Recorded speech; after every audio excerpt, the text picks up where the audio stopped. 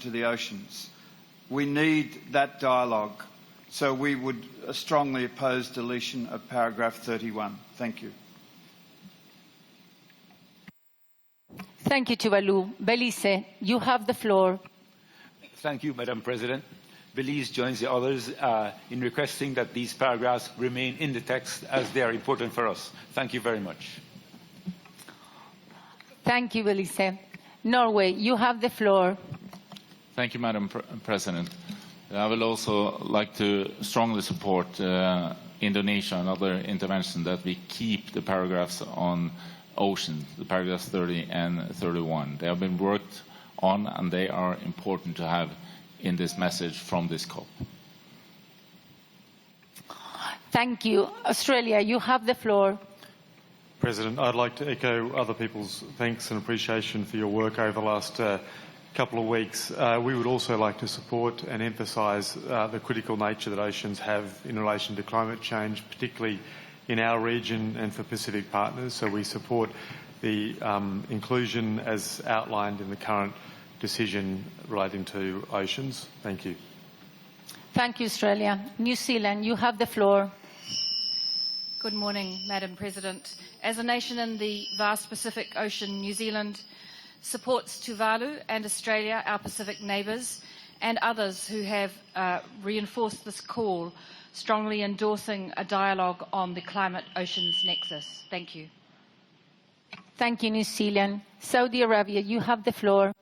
Thank you, Madam President. We also would like to see the paragraph on land be kept on this decision. Thank you. Thank you, Saudi Arabia. Marshall Islands, you have the floor. Thank you, Madam President. We join with our neighbours in the Pacific in supporting inclusion of the oceans language. And we also join with AOSIS in its statement. Thank you. Thank you, Marshall Islands. European Union, you have the floor. Good morning, Madam President. The European Union considers the content of these two paragraphs very important and we support their maintenance in the text. Thank you. Thank you, European Union. Egypt, you have the floor. Thank you so much, Excellency. On behalf of the African Group, I believe that the two paragraphs are important. We keep the reference to the two of them. If there are specific concerns, we can work on language and we see how can we accommodate the concerns that are there. Thank you so much. Thank you, Egypt. Canada, you have the floor. Thank you. Like so many others, we also strongly support the inclusions of para 30 and 31, given the critical nature of oceans and climate change in taking a holistic approach to climate ambition. Thank you. Thank you. Argentina, you have the floor.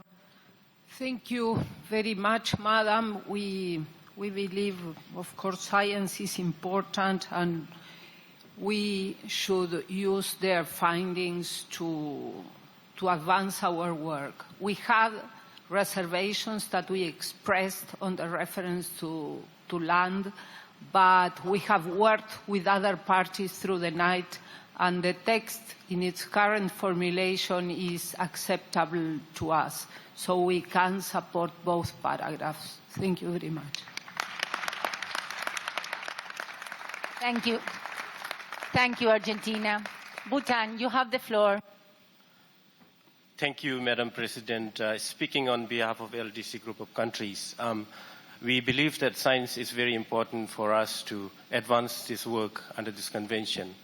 Given that, we think that it's very important to retain those paragraphs. Thank you. Thank you. Switzerland, you have the floor. Thank you, Madam President. Speak on behalf of EIG, which comprises ocean nations, but also landlocked countries and double landlocked countries. The group would like to support the maintenance of the paragraphs. Thank you very much. Thank you, Switzerland.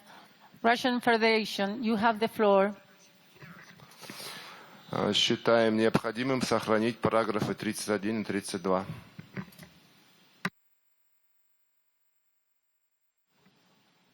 Thank you, Russia. Russia, you have the floor. Все, высказались мы. Okay. Costa Rica, you have the floor. Madam President, we're going to add to the list of people who made a mistake with the machine. Thank you, all of you. After we've seen the great support that this inclusion of this paragraph has for all the parties, I will request if we can adopt this document and not to block if it's possible. Brazil, you have the floor.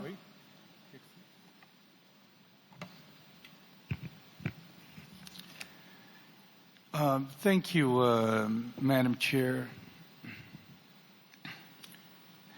Well, we've listened carefully to the interventions made, and we entirely understand the interest and the concerns that have been expressed.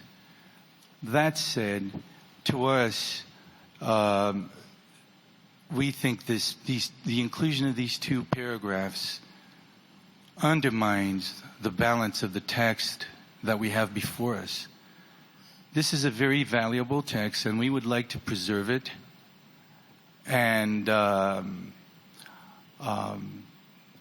therefore, we are obliged to insist on a solution that would at least partially accommodate the concerns that we've expressed. Given the interest that we have heard in respect of the land use issue, we could agree to maintain paragraph 31 in the text, but we can't accept paragraph 30 and would insist on its deletion. Thank you very much.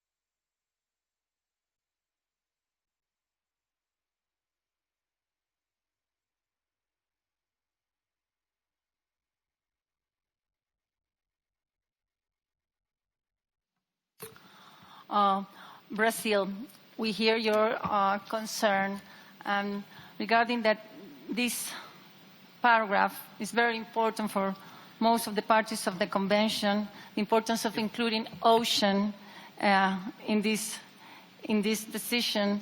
I will appreciate if you let us to adopt this document and we can take note of your concern regarding this paragraph.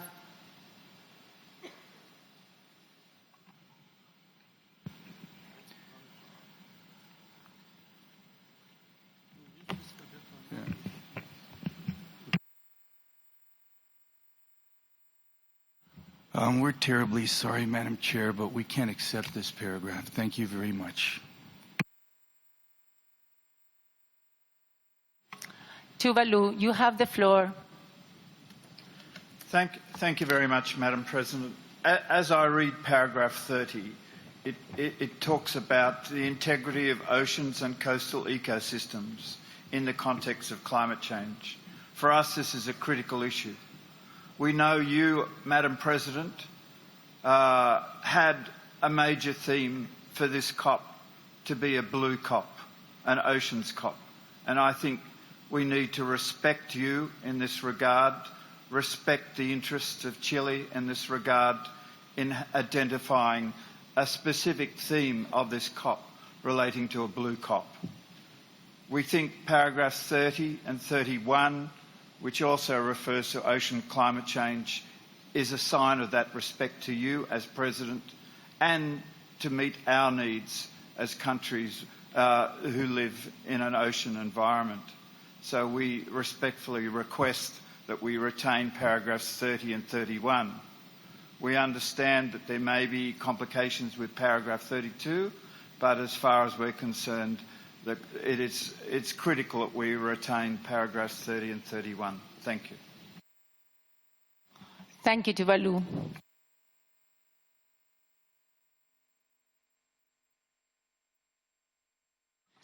Belize, you have the floor. Thank you, Madam President. I join Tuvalu in insisting that paragraph 30 and 31 should remain in the text. Thank you.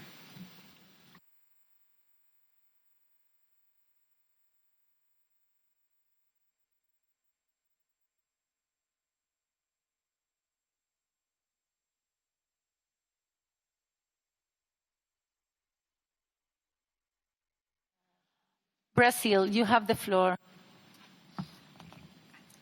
Thank you, Madam Chair. So out of respect for the delegations of Tuvalu and Belize, we'll agree to keep the paragraph in the text. Thank you.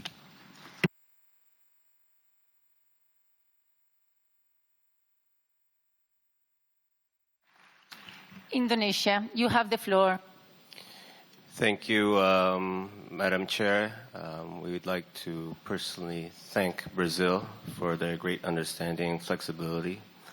And we look forward to the realization of this special dialogue. And we thank all parties who have supported the ocean issue and the land issue. Thank you very much, Chair.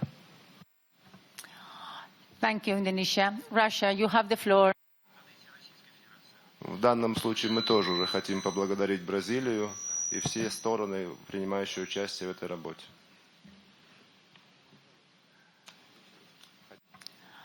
Thank you, Russia.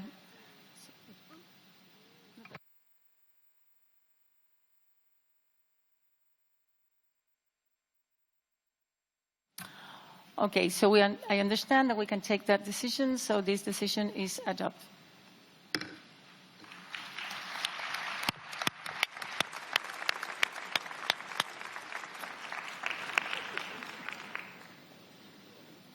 I invite now the COP to consider the matter of the long-term global goal. This matter was considered by the SBI. The SBI was unable to conclude its consideration, and the matter was then forwarded to the COP for further guidance.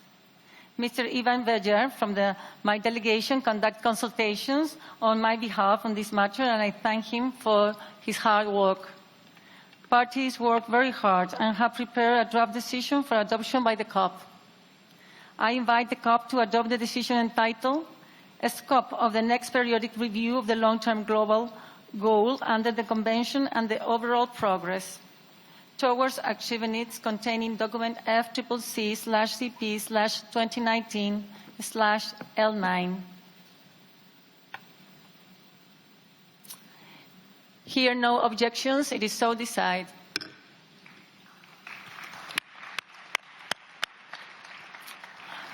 United States, you have the floor. Madam Chair, I'm sure that's fine, but we still haven't found that document, so we were searching for it as you were speaking. Perhaps if you can just speak, I know you're going quickly because we're late, but if just speak a little bit more slowly and we'll have a little bit more time to find the documents before you adopt them. Thank you. Okay, United States.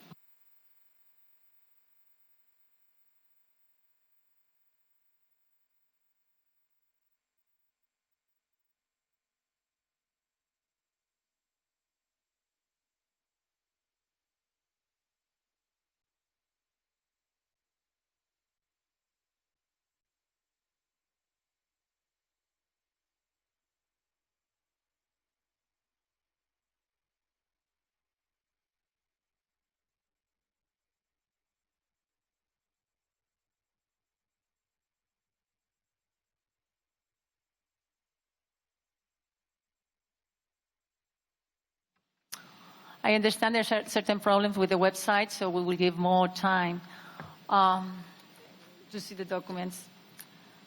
I repeat, if you have seen documents FCCP/CP/2019/L9.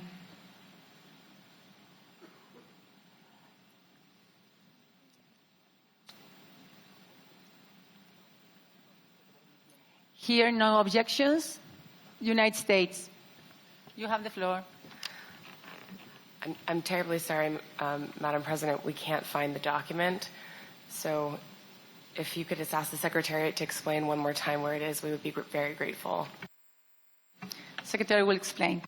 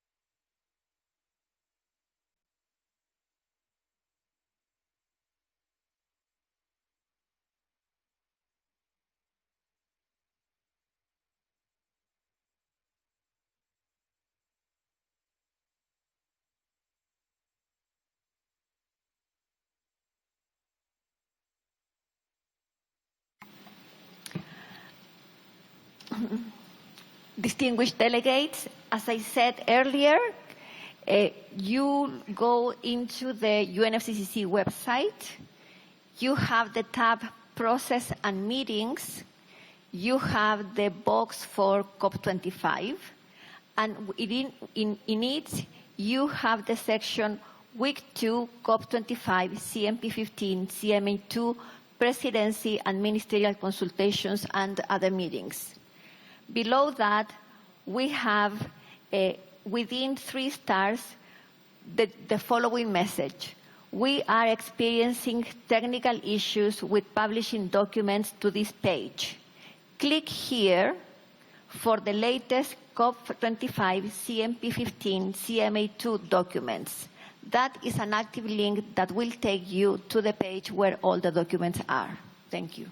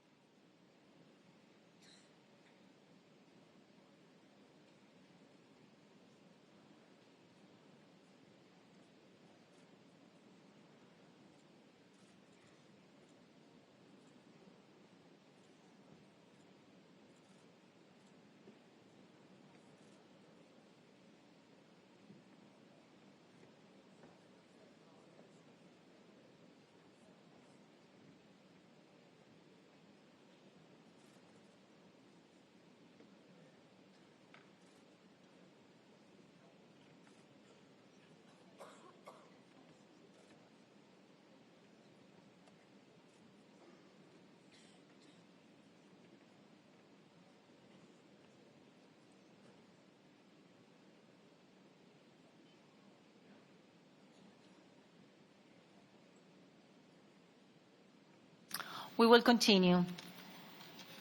So document FCCC/CP/2019/L9.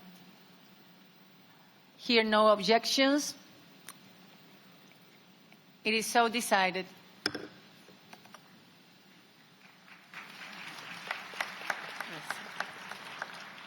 Brazil, you have the floor.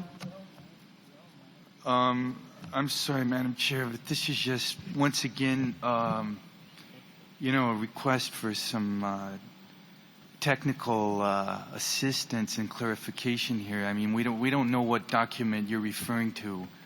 So could you just please... And the link to the document, in fact, on the website is not active, so we're confused once again. Could you just please clarify what document you are referring to, please? And what the subject matter is. The document is FCCC/CP/2019/L9. The name of the document is Scope of the Next Periodic Review of the Long-Term Global Goal under the Convention and of Overall Progress Toward Achieving it.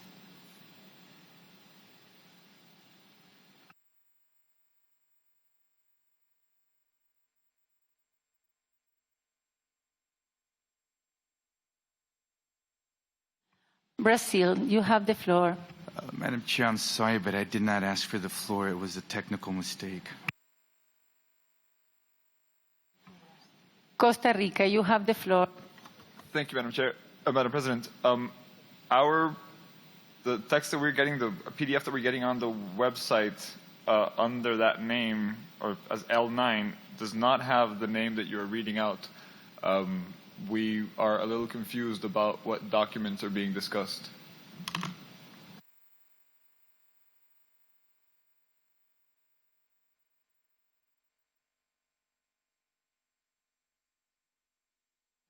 I will read it from the website.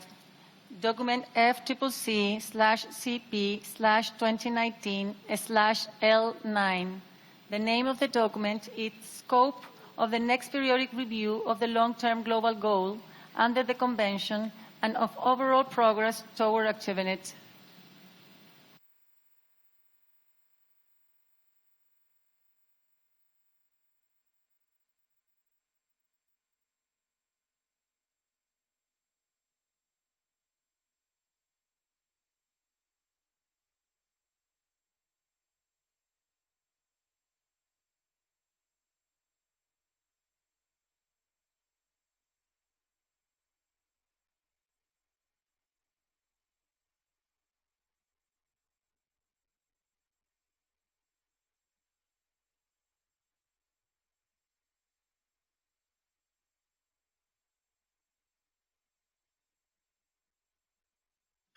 Is under CP.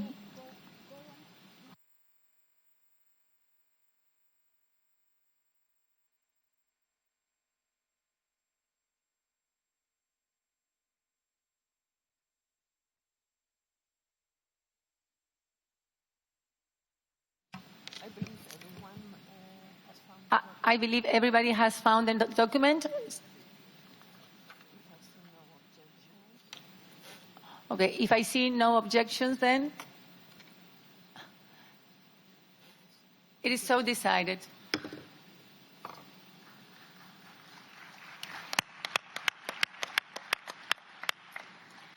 I invite the COP to consider item 2B, adoption of the rules of procedure. You may recall that at our first meeting I proposed that a senior member of my delegation would hold informal consultations on this issue. I would like to thank Mr. Claudio Garrido for taking this task. Where there was an appreciation of the importance of this matter, delegations still maintain their position on the fundamental issues. Parties therefore agreed to continue consultations on this matter at COP26. I therefore propose that the COP continue to apply the draft rules of procedure containing document FCCC/1996/2, with the exception of draft Rule 42. I also proposed that the COP continues consideration of this matter at its 26th session.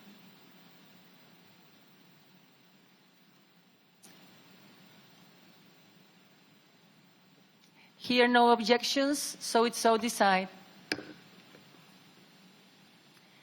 I invite the COP to consider the agenda item 2G, dates and venues of future sessions.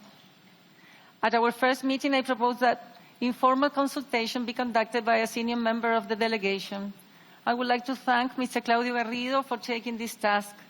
Based on those consultations, a draft decision is presented for adoption by the COP. I invite the COP to adopt the decision entitled Dates and Venues of Future Sessions, containing document FCCC/CP/2019/L4.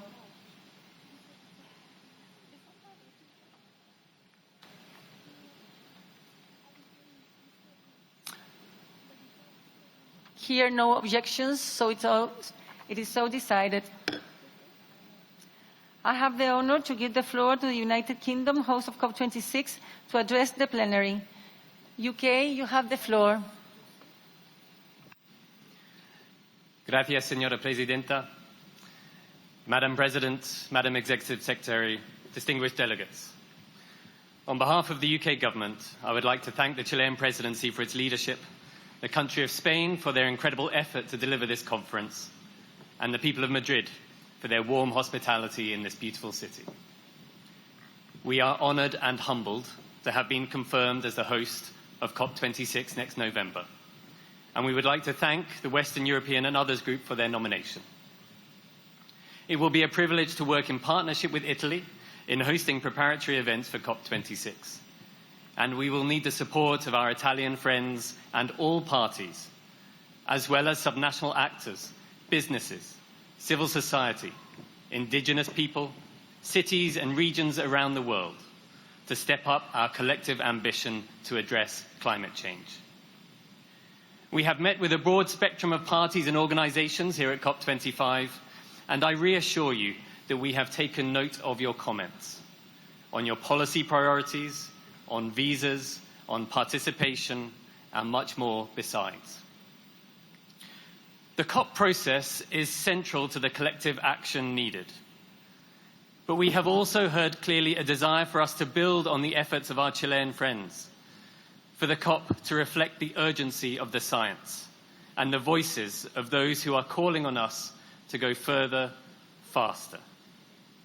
We must all act quickly, working in partnership to decarbonize our economies and adapt to the impacts of climate change. And we must take people with us as we all raise our ambition over the year ahead. We look forward to working closely with you and welcoming you to the UK next November. Thank you, Madam President.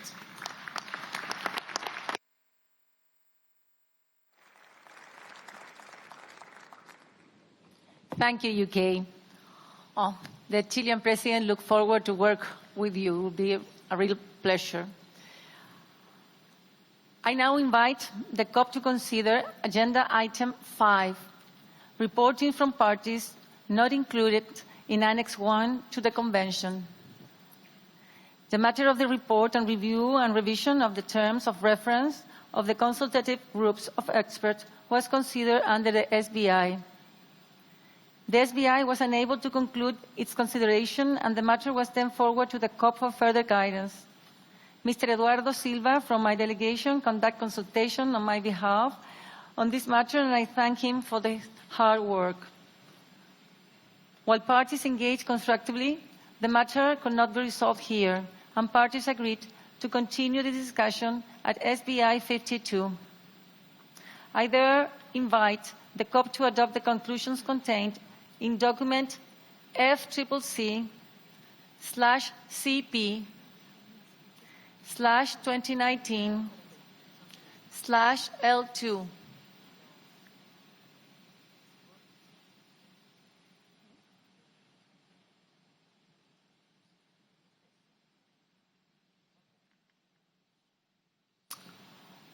Here, no objections. It is so decided.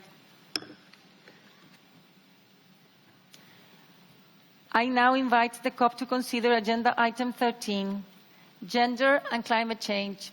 Egypt, you have the floor.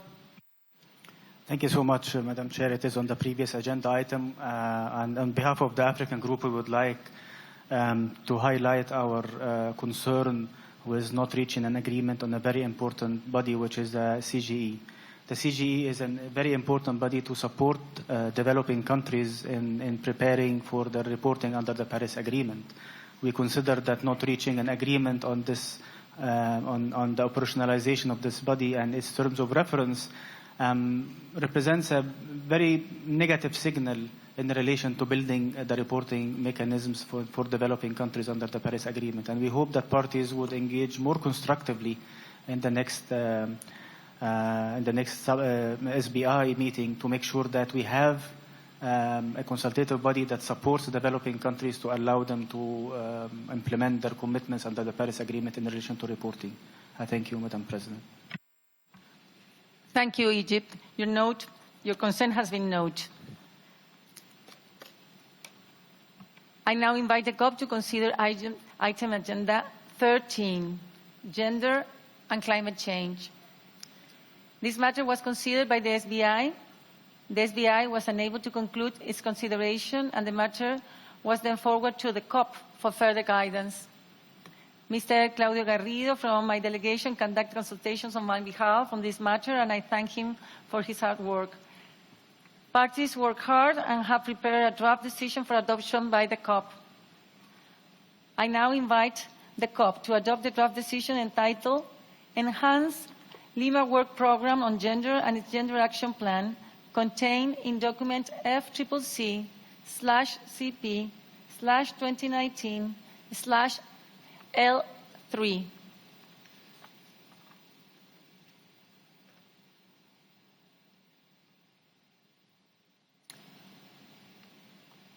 Here, no objections. It is so decided.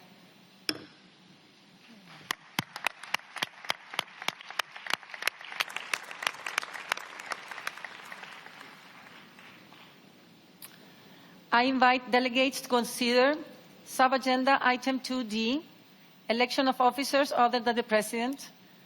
Item 6, report of the Adaptation Committee. Item 7, Warsaw International Mechanism for Loss and Damage. Item 8, matters relating to the Standing Committee in Finance. Item 9, development and transfer of technology. And item 10, capacity building under the Convention. I would like to inform the parties that consultations on nominations for election of members of bodies have been concluded and nominations received for elections to bodies under the Convention, Kyoto Protocol, and Paris Agreement. I would like to thank Vice President Una May Gordon for convening these consultations. I would also like to thank all chairs and coordinators of regional groups and constituencies for their active and constructive engagement in these consultations. The list of nominations received by the Secretariat is available on the UNFCCC website.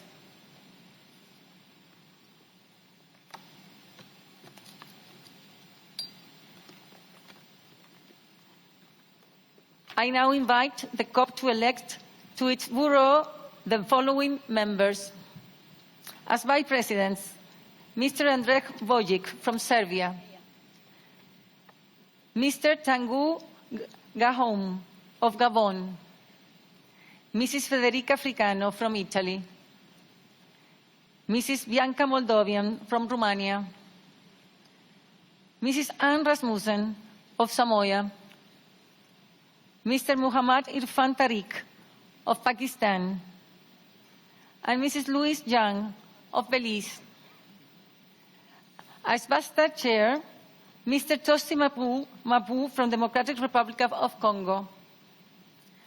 As SBI Chair, Mrs. Marianne Carlsen of Norway. And as Rapporteur, Mr. Ahmad Rajavi of Iran. Here, no objections.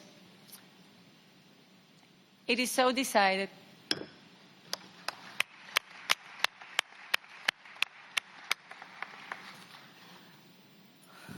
I would like to congratulate the members of the Bureau for their election.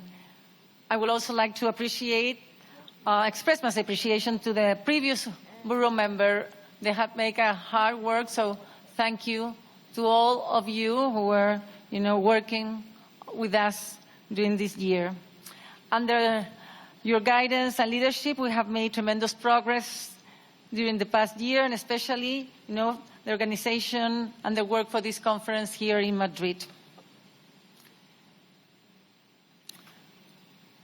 Turning to the election of members of constituted bodies under the Convention, I invite the COP to elect the members of the following bodies as contained in the list of nominations: the Adaptation Committee, the CTCN Advisory Board, the Executive Committee of the Warsaw International Mechanism for Loss and Damage, the Paris Committee on Capacity Building, the Standing Committee on Finance, and the Technologic Executive Committee. I also invite the COP to take note of the nominations of members of the Consultative Group of Experts, Katowice Committee of Experts, and the LCIPP Facilitating Working Group.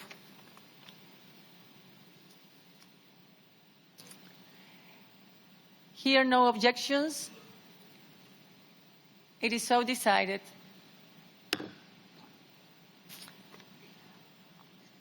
I would like to congratulate the members of the bodies on their election.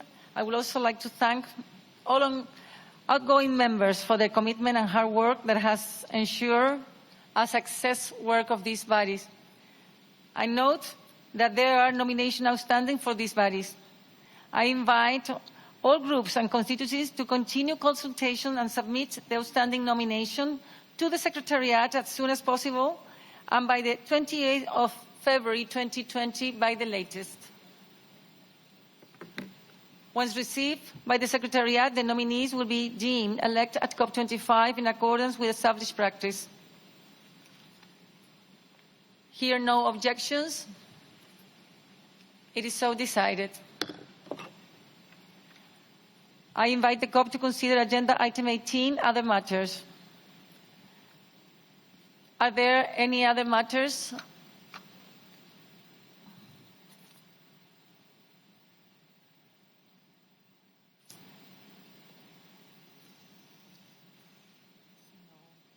No? I see no request in the floor. So here, no objections. It is so decided.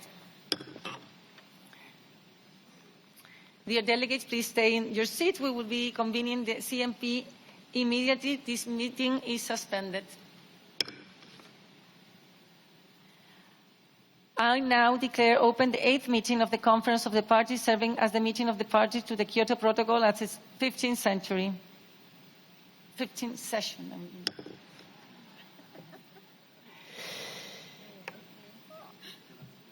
We are really tired. The order in which agenda item will be taken up is posted on the screen. I invite the CMP to consider the draft decision contained in document FCCC/KP/CMP/2019/L5. I now invite the CMP to adopt this draft decision entitled Chile Madrid Time for Action.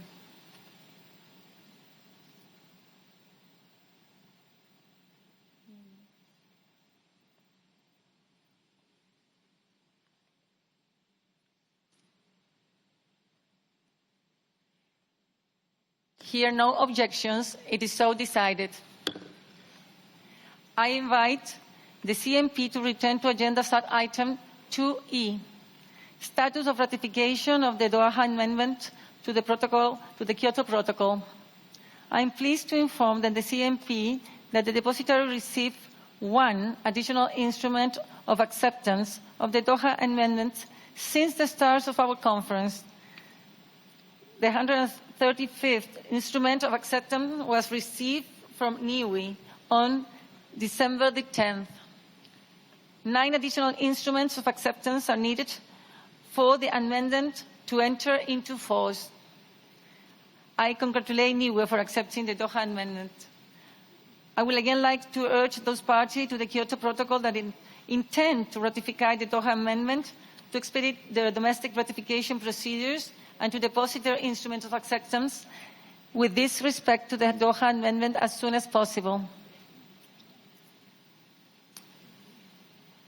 Here, no objections, so it is so decided.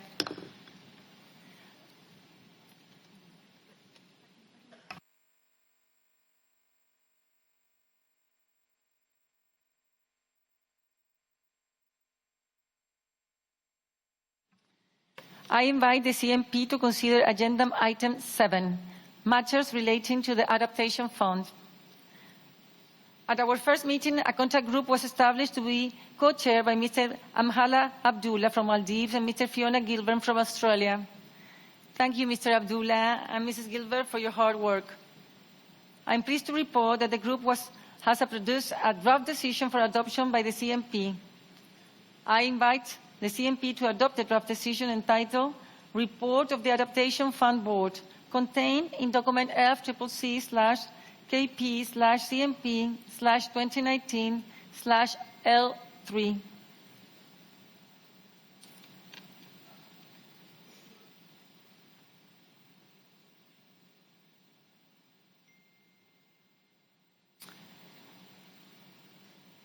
Here, no objections.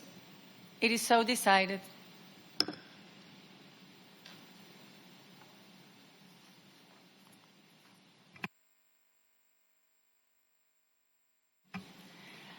I now invite the CMP to consider agenda item 2B, election of additional officers, agenda item 5, matters relating to the clean development mechanism, agenda item 6, matter relating to joint implementation, agenda item 7, matters related to the adaptation fund, agenda item 9, report of the compliance committee. I would again like to thank Vice President Una May Gordon for her hard work in leading these consultations.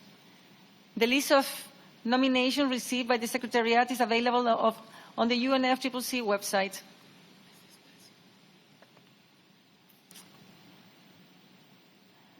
Parties are informed that there will be no election on an additional member of the COP Bureau. As all the members of the Bureau elected by the COP earlier today are also parties to the Kyoto Protocol. I now invite the CMP to elect the members and alternate members of the following body as contained in the list of nominations. The Clean Development Mechanism Executive Board, the Joint Implementation Supervisory Committee, the Compliance Committee, and the Adaptation Fund Board.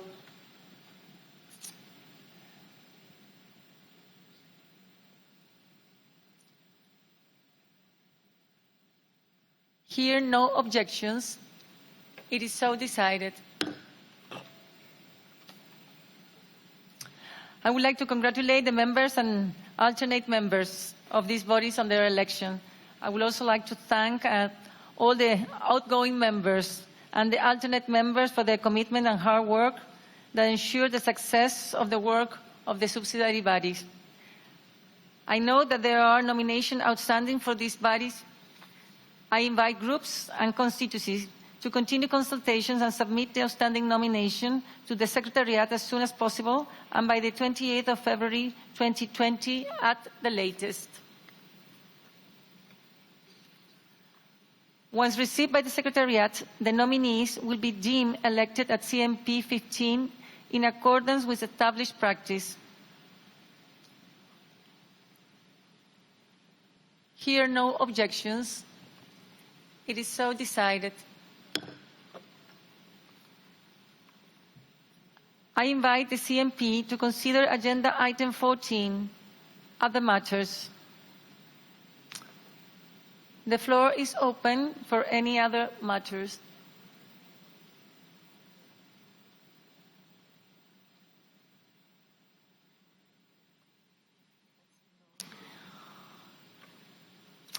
I see nobody's asking the floor, so no request for the floor.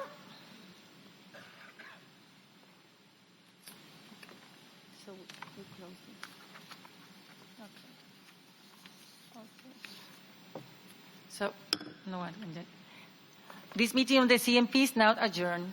Dear delegates, we will now open the meeting of the CMA.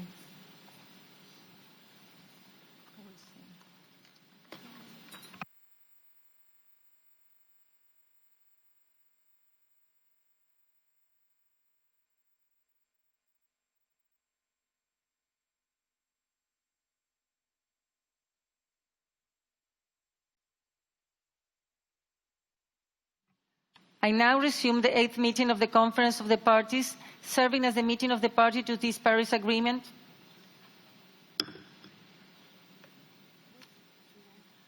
I now invite the CMA to consider Agenda Item 5, public registries under the Paris Agreement. I invite the CMA to consider the sub-agenda Item 5A, modalities and procedures for the operation and use of a public registry referred to in Article 4, Paragraph 12 of the Paris Agreement. A contact group was established, co-chaired by Mrs. Emily Massawa from Kenya and Mr. Peter Wittock from Belgium. I thank the co-chairs for their hard work. Unfortunately, parties were unable to complete their consideration of this matter. Pursuant to Rule 10C and Rule 16 of the draft Rule of Procedure being applied, this item will be concluded on the provisional agenda for CMN 3.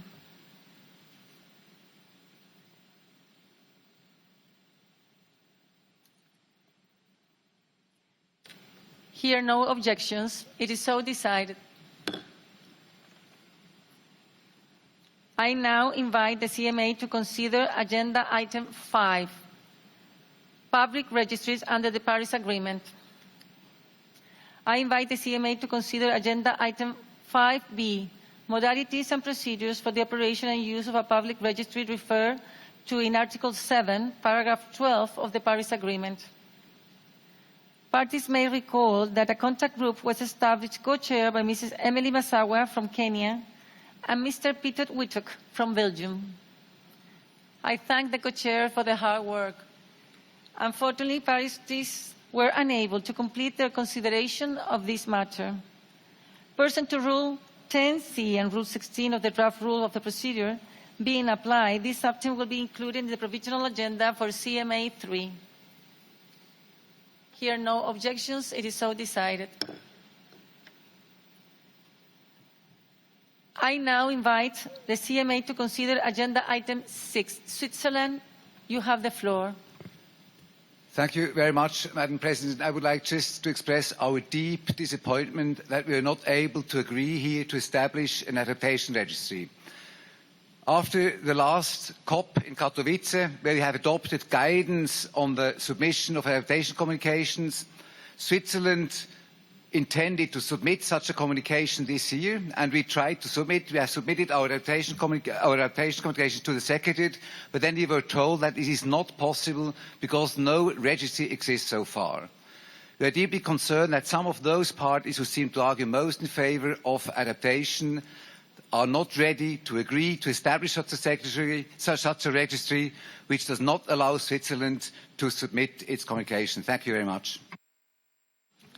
Thank you, Switzerland. I now invite the CMA to consider Agenda Item 6, Warsaw International Mechanism for Loss and Damage Associated with Climate Change Impacts.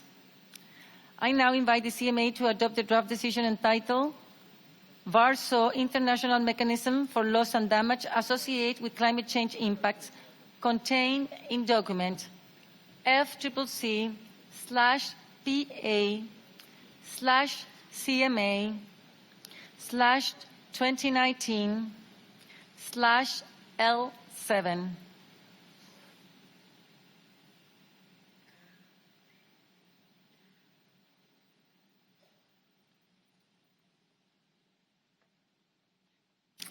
Here, no objections. It is so decided.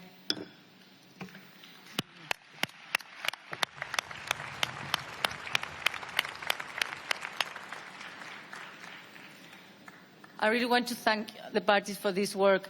And Saudi Arabia, you have the floor. By mistake, Madam Chair. There is a mistake on this. Thank you.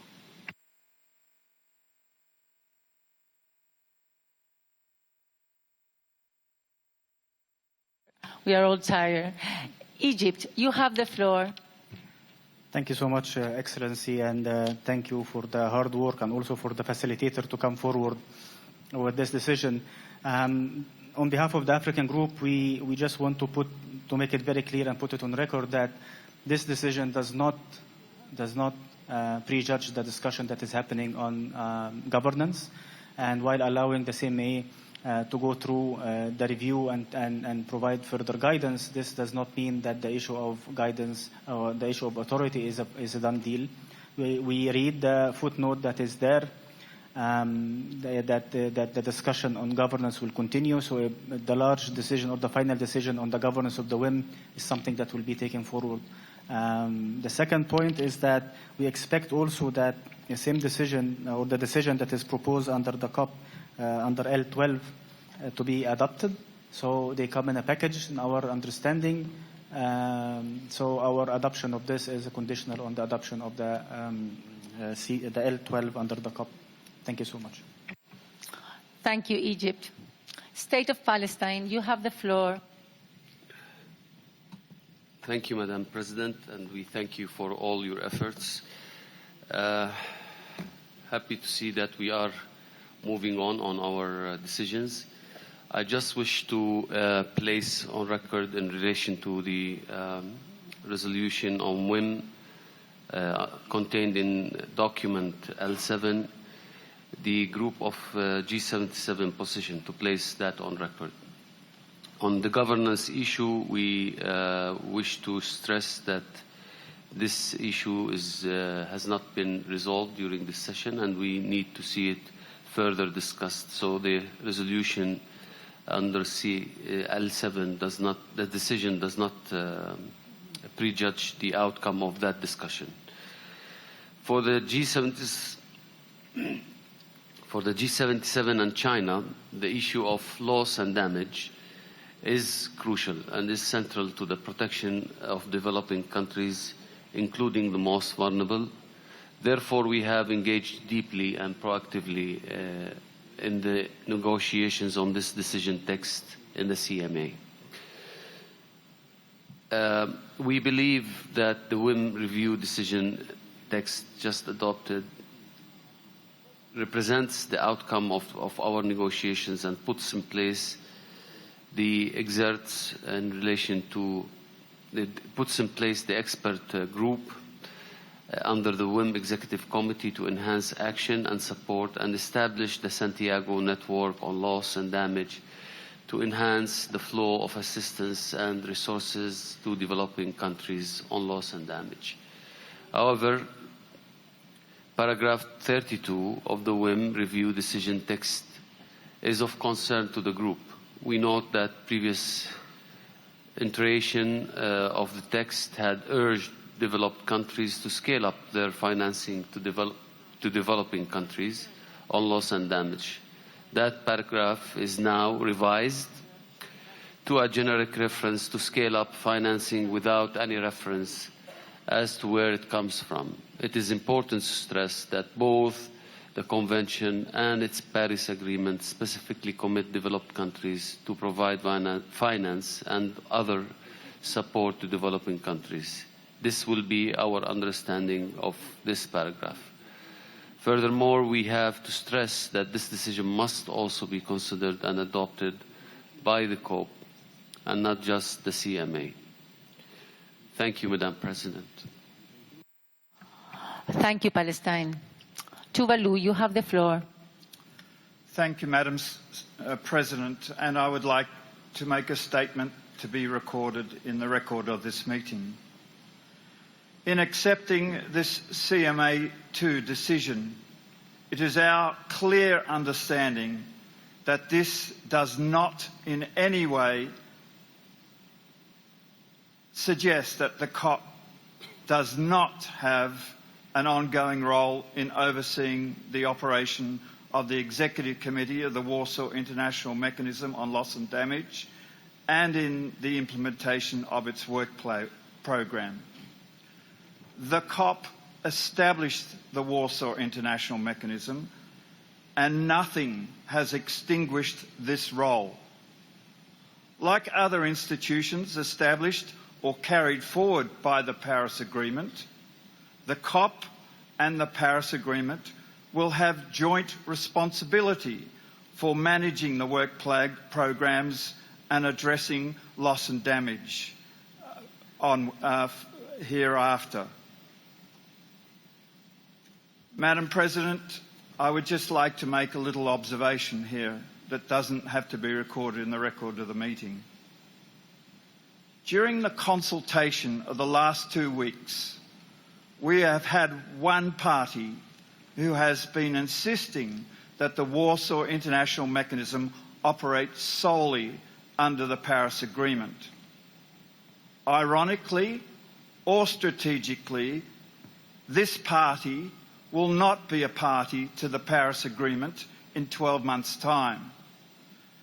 This means if they get their way with the governance of the WIM, they will wash their hands of any actions to assist countries which have been affected by the impacts of climate change. This is an absolute tragedy and a travesty on those affected by the impacts of climate change. There are millions of people all around the world who are already suffering from the impacts of climate change. Denying this fact could be interpreted by some to be a crime against humanity. Thank you.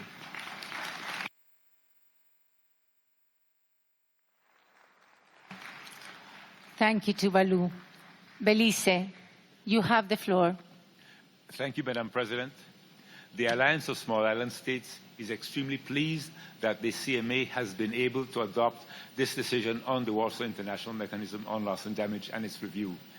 As everyone is aware, AOSIS was pushing the issue of loss and damage since the beginning of the convention back in 1992.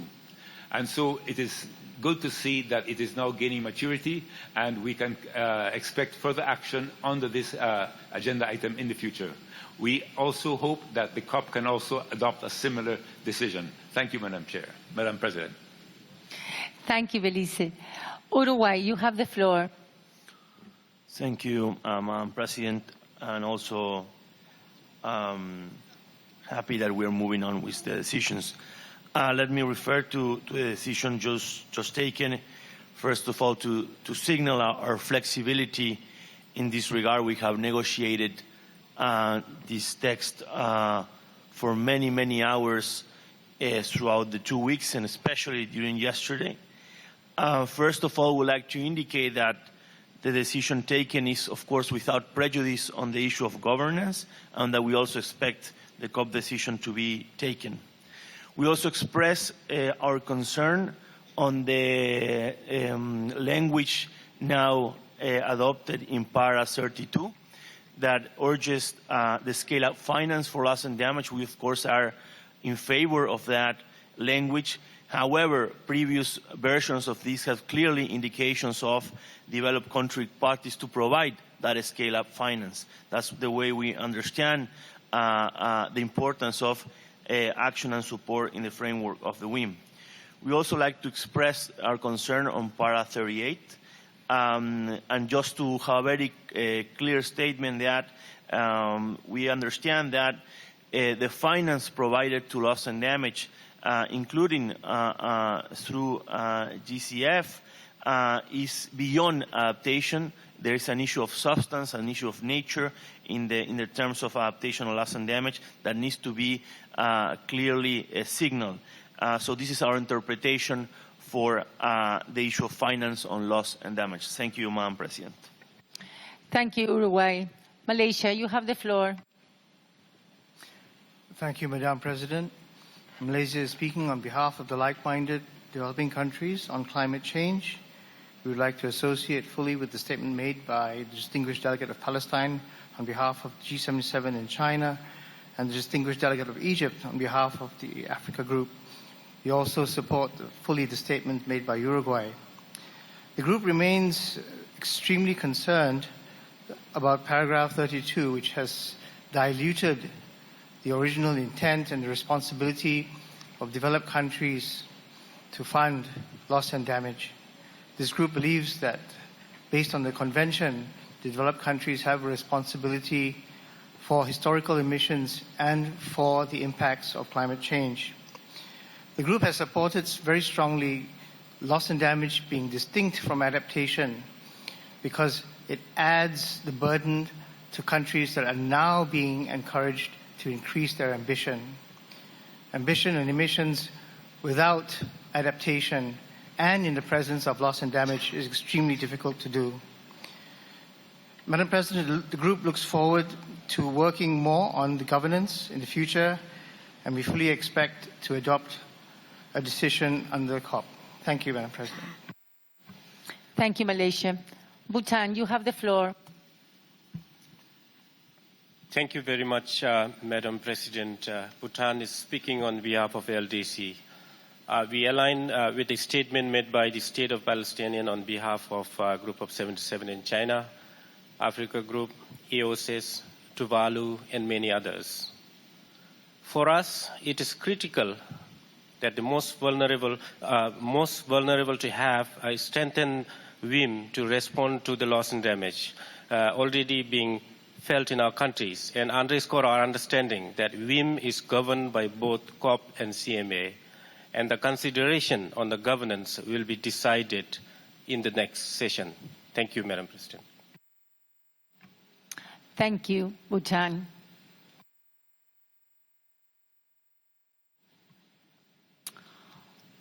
I want to thank the parties, for the hard work on this document. I know that it's a good document, and we are happy to make important advances on that. And also, I want to thank you for including through the establishment of the Santiago Network for averting, minimizing, and addressing loss and damage associated with adverse effects of climate change. And I also take note of the importance of this matter for all the parties, so I can assure you that it will be included in the agenda item next year.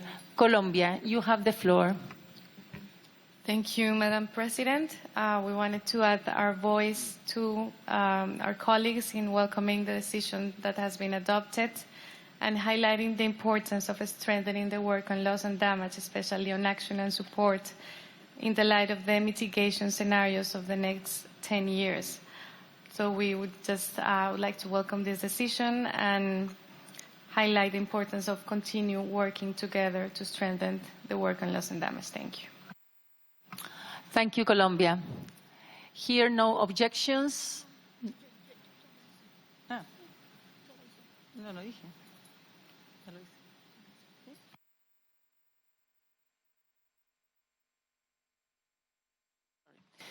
I will now invite the CMA to consider Agenda Item 7, matters relating to finance. The contact group of sub-item 7A was co-chaired by Mr. Richard Muyongi from Tanzania and Mr. Robert Moore from the UK. The contact groups for sub-item 7B and C were co-chaired by Ambassador Amenia Yavoli from Fiji and Mr. Toru Suju from Japan. The contact group for sub-item 7D was co-chaired by Mr. Ahmad Abdullah from Maldives and Mr. Fiona Gilbert from Australia. I'd like to thank this co-chair for the work. I will now take up each agenda sub-item individually. I invite the CMA to consider agenda sub-item 7A, matters relating to the Standing Committee on Finance. I invite the CMA to adopt the draft decision entitled Matters Relating to the Standing Committee on Finance, as contained on document FCCC/PA/CMA/2019/L5.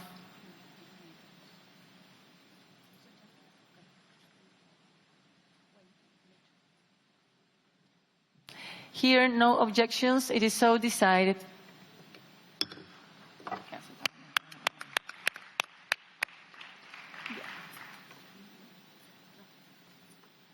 I invite the CMA to consider agenda sub-item 7B, guidance to the Green Climate Fund. I invite the CMA to adopt the draft decision entitled Guidance to the Green Climate Fund as contained in document FCCC/PA/CMA/2019/L8.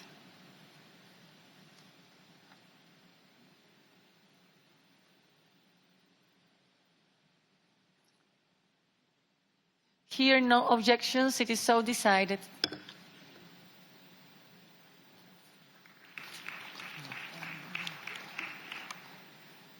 I invite the CMA to consider agenda sub-item 7C, guidance to the Global Environment Facility. I invite the CMA to adopt the draft decision entitled Guidance to the Global Environment Facility, contained in document FCCC/PA/CMA/2019/L3.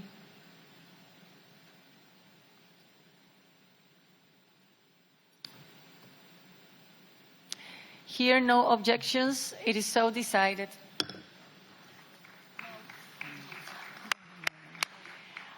I invite the CMA to consider agenda sub-item 7D, matters relating to the Adaptation Fund.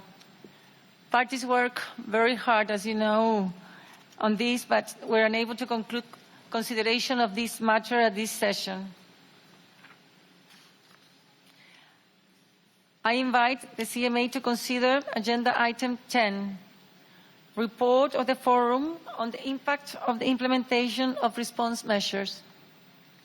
I now invite CMA to adopt the draft decision entitled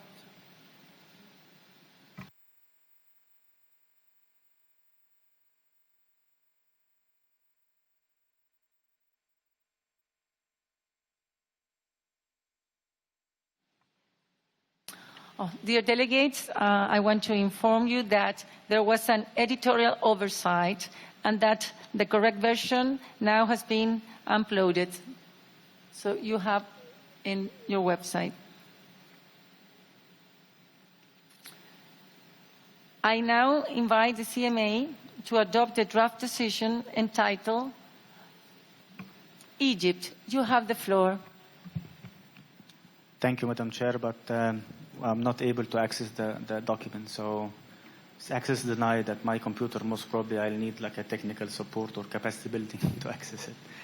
So just to highlight that, thank you. If you refresh, maybe Egypt. No.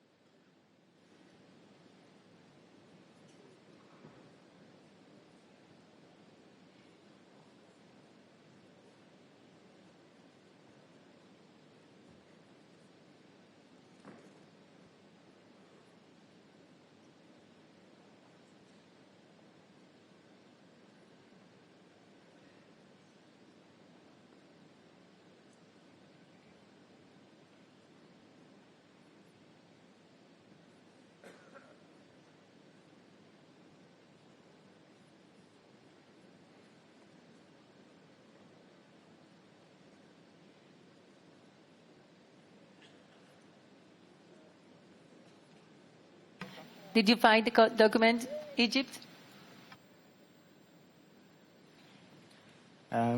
Even with support from Norway, capacity building and technical assistance, still I couldn't find it. I have access denied. I cannot find it in the Dropbox, and it is access denied. And I did do the refresh, which is something, a capacity I have.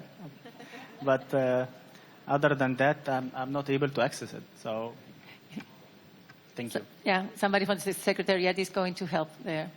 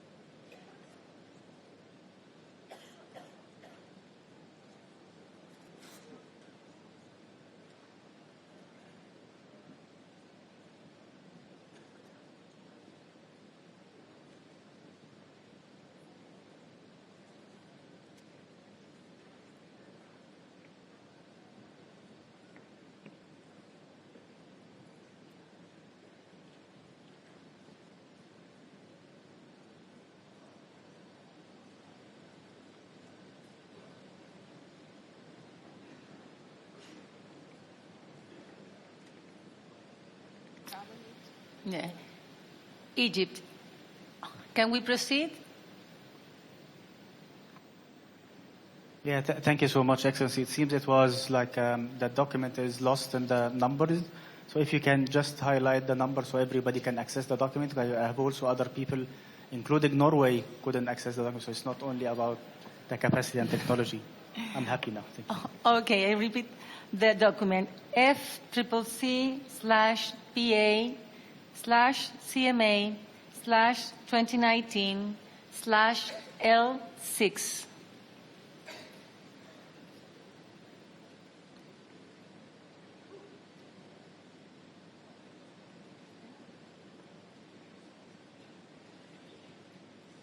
Egypt, you have the floor. Thank you so much, Excellency. I'm just trying to help also because now getting the technology and the capacity, I will just also help colleagues. In the Dropbox, it has a different number. So under the Dropbox, it is under CP 2019 L12, CMP 2019 L06, CMA 2019 L06, version 4.pdf. So most probably this is the last document. So that's why it was like a lot of numbers. That's why people maybe couldn't find it, including myself, of course. Yeah. Having said that, I will have some comments on the document, but after you allow me. Thank you. Okay. The document number is FCCC/PA/CMA/2019/L6. What you read was the number of the file.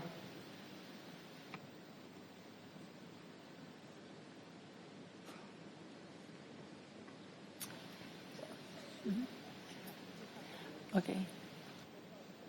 So here, I now invite the CMA to adopt the draft decision entitled Work Plan of the Forum on the Impact of the Implementation of Response Measure and its Katowice Committee of Experts on the Impact of the Implementation of Response Measures.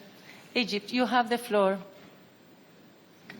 Thank you so much, Excellency. Now finding the document, and just before the adoption, just wanted to highlight that for the African group, several elements and priorities were lost in the document, including elements that was agreed in Katowice just last COP. For us, the KCI cannot do sharing of experiences, but it should facilitate technical work. We believe that capacity enhancement programs must target the appropriate participants, and it should be done regionally and during intersessional periods and not targeting only negotiators. We believe also that the concept of climate change policies is not very clear. We see that it is a very focus on the mitigation part. Having said that, especially on the issue of policy issues of concern, we know that it is reflected in the chapeau, but it is not reflected in the activities. For this reason, our understanding will be that this issue of policies of concerns is a cross-cutting issue and it will be dealt with under the relevant activities. With this understanding, we'll be able to join, but we need our reservations and concerns to be put on record. And for the sake of moving forward, we'll not object to this draft decision. Thank you so much. Thank you, Egypt. They're on record. Switzerland, you have the floor. Thank you, Madam Chair. We are also technically challenged, and in both ways. First of all, we didn't find the text. We were not able to do that, and we didn't want to ask for the floor. But having the floor, we would suggest, could you send out these decisions electronically? That might be easier than having difficulties to find them on the web. Thank you very much. Thank you, Switzerland. Maldives, you have the floor. Thank you, Madam President. We support the position expressed by Egypt, and despite repeated requests to change the tax, we are disappointed that nothing has changed. And paragraph 4 of the proposed tax may be in contravention to the decisions made at Katowice as well. So we're really disappointed. Thank you. Thank you, Maldives. Kenya, you have the floor. Thank you, Madam President. I want to concur with what Egypt and Maldives have said. Just to add, the language used under the timeline for paragraph 3, SB 53 and onward, as decided by KCI Forum, that is not language that was agreed in Katowice. On the same paragraph 7, the timeline and modality, both are not languages which were agreed in Katowice decision. Thank you. Thank you. Saudi Arabia, you have the floor. Thank you, Madam Chair. We also would like to join others in also sharing the disappointment with the draft text that we have right now. However, in the spirit of compromise and moving forward, we can live with the decision. Thank you. Thank you, Saudi Arabia.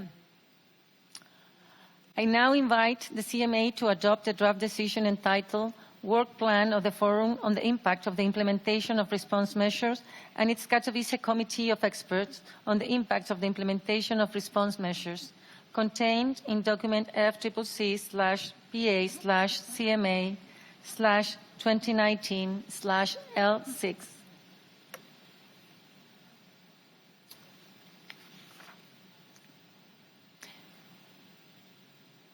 Here, no objections. It is so decided.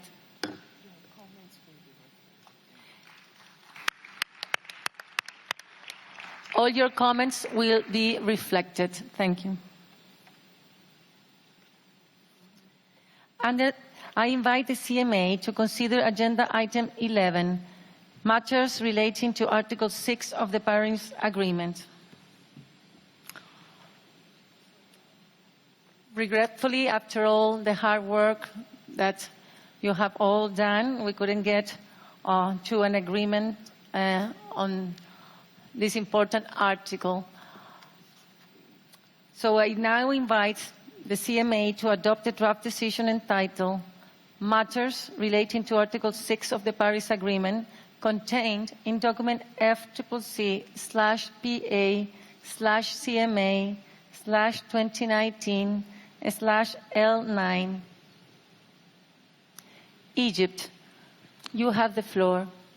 Thank you so much, Excellency. And as you've mentioned, all parties have done a lot of effort trying to take this Article 6 and operationalize it. It is of great importance not only for the African group but for all parties, and we believe that this is a good vehicle to enhance ambition in mitigation and also provide resources for adaptation for the countries that are very much in need for. It is unfortunate that we couldn't reach an agreement at the end, but I want to put on record a strong position of the African group that through the markets, as we have all been discussing in the past 11 years, that this is an important process to raise ambition. This is an important process to do mitigation with lesser cost, but at the same time, this is a very important process to raise funding for adaptation for developing countries, in particular, of course, through the Adaptation Fund. We hope that we can, through the negotiations, get a commitment that funding for adaptation is a priority, as we have been listening to many partners. We respect what they have mentioned in the discussions.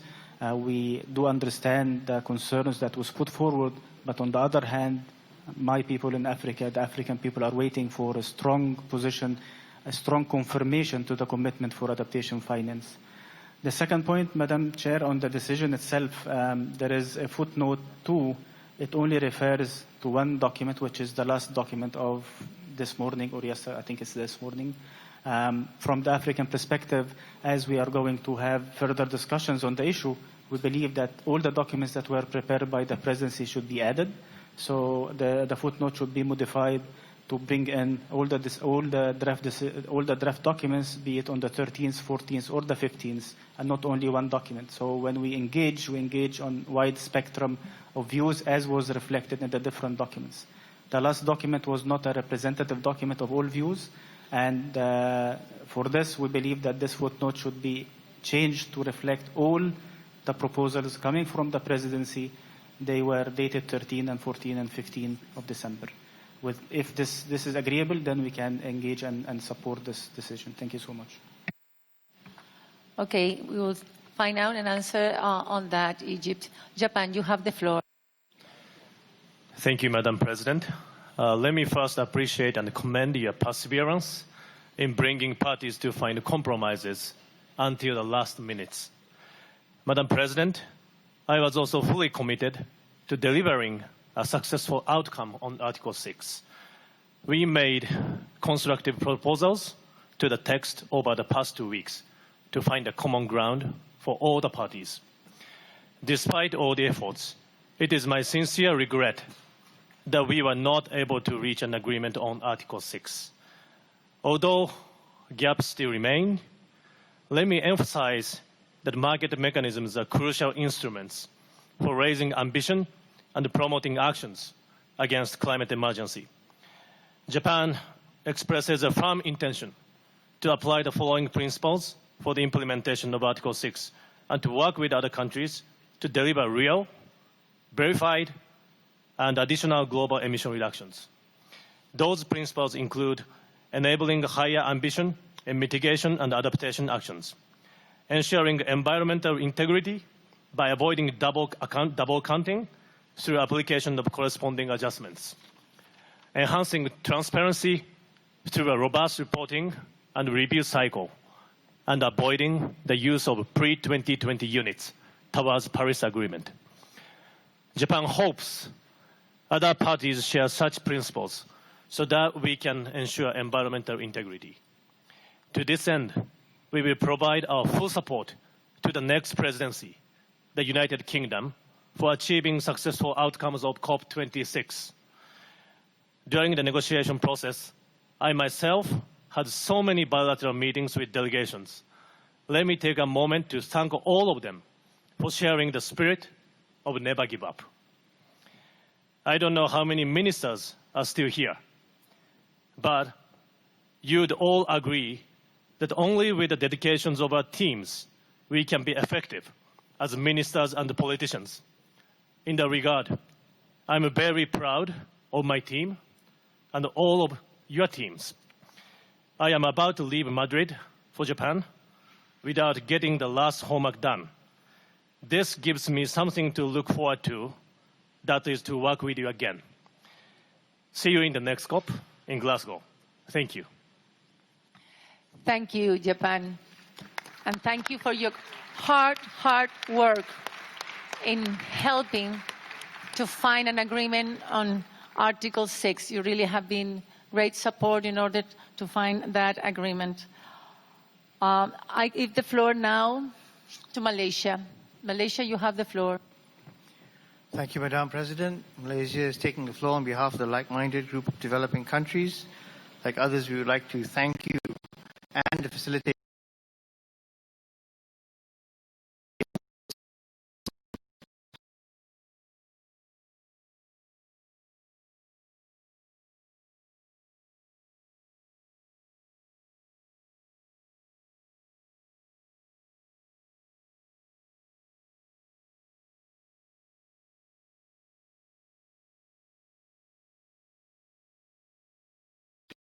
funding to parties that most need it. We'd like to reiterate that participation in Article 6 activities should be completely voluntary and should help both developed and developing country parties to achieve their respective NDCs. I thank you, Madam President. Thank you, Malaysia. Argentina, you have the floor. Thank you, Madam President. We are also disappointed that it was not possible to complete this outstanding chapter of the Paris Agreement work program, but we also understand that for the time being, this may be the best decision and try to find common ground that ensures environmental integrity. With regard to the Adaptation Fund, we would like to stress the importance of this fund for us and for the whole Latin American region. This is one of the few funds that the Latin American region has been able to access without restrictions, and to ensure a share of the proceeds from both 6.2 and 6.4 is of utmost importance to us. So we stand ready to continue the discussions on the way to Glasgow. Thank you. Thank you, Argentina. Brazil, you have the floor.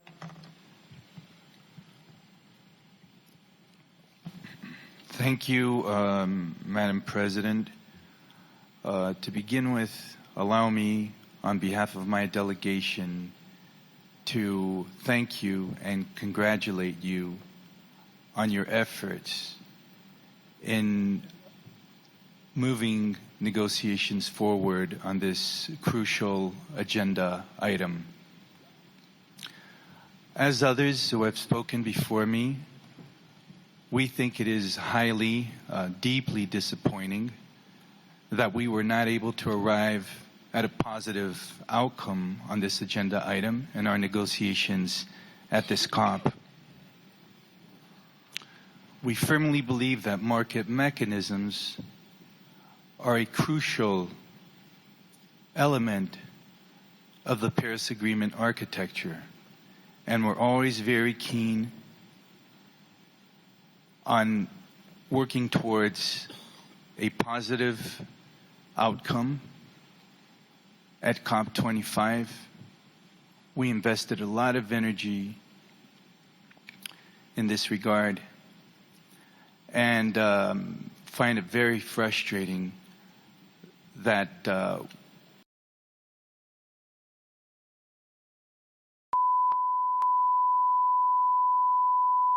This is the primary audio circuit for the Reuters live service.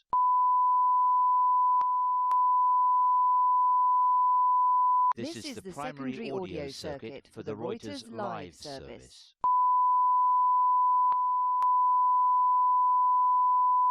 This is the primary audio circuit for the Reuters live service.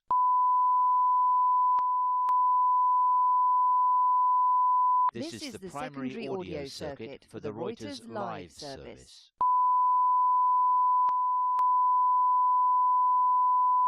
This is the primary audio circuit for the Reuters live service.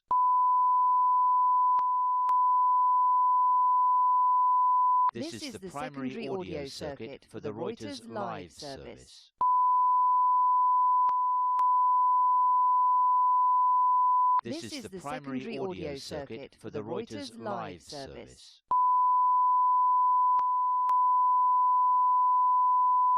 This is the primary audio circuit for the Reuters live service. This is the primary audio circuit for the Reuters live service.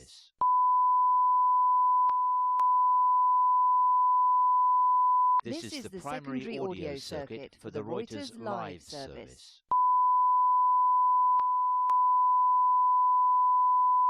This is the primary audio circuit for the Reuters live service.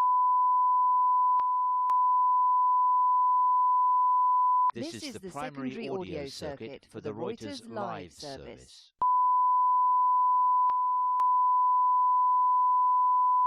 This is the primary audio circuit for the Reuters live service.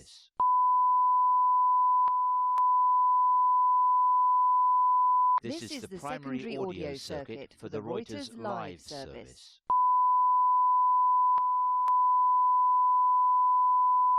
This is the primary audio circuit for the Reuters live service.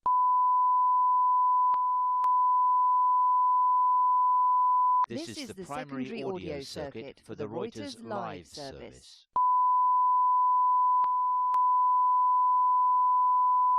This is the primary audio circuit for the Reuters live service.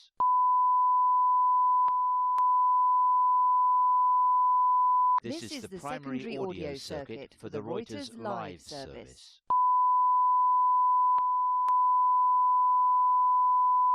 This is the primary audio circuit for the Reuters live service.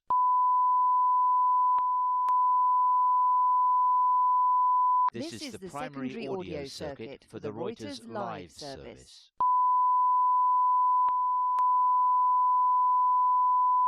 This is the primary audio circuit for the Reuters live service.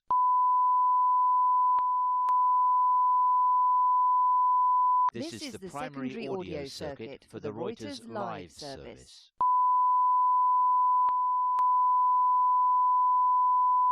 This is the primary audio circuit for the Reuters live service.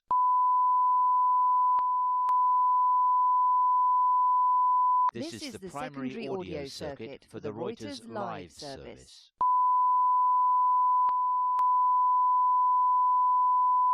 This is the primary audio circuit for the Reuters live service.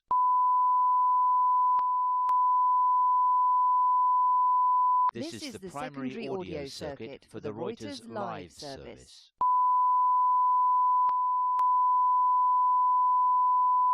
This is the primary audio circuit for the Reuters live service.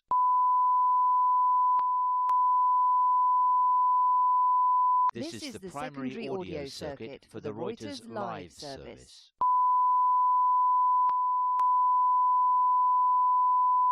This is the primary audio circuit for the Reuters live service.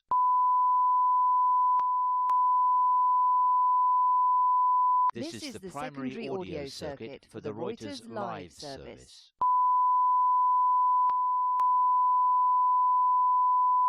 This is the primary audio circuit for the Reuters live service.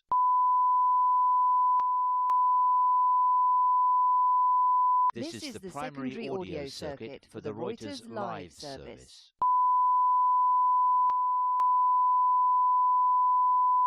This is the primary audio circuit for the Reuters live service.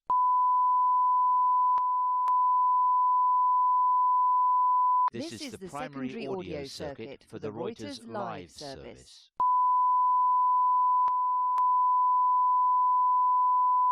This is the primary audio circuit for the Reuters live service.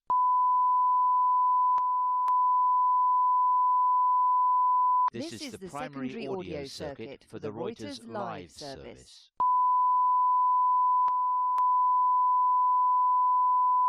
This is the primary audio circuit for the Reuters live service.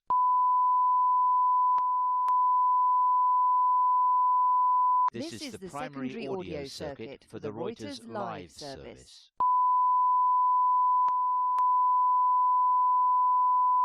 This is the primary audio circuit for the Reuters live service.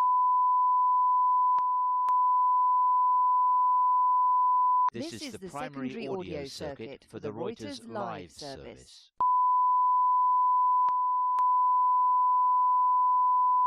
This is the primary audio circuit for the Reuters live service.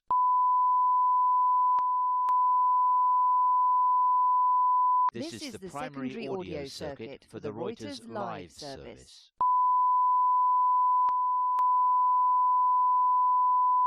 This is the primary audio circuit for the Reuters live service. This is the primary audio circuit for the Reuters live service.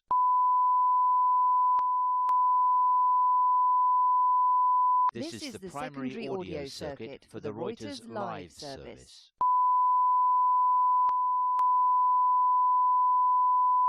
This is the primary audio circuit for the Reuters live service.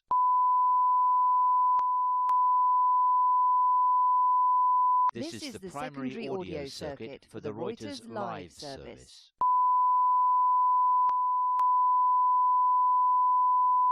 This is the primary audio circuit for the Reuters live service.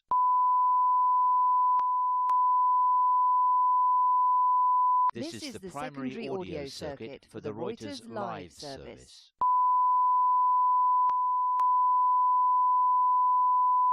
This is the primary audio circuit for the Reuters live service.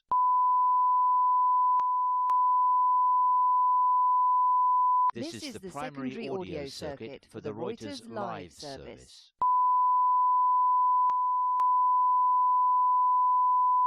This is the primary audio circuit for the Reuters live service.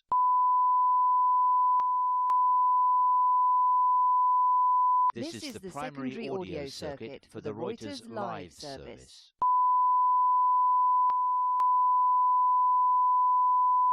This is the primary audio circuit for the Reuters live service.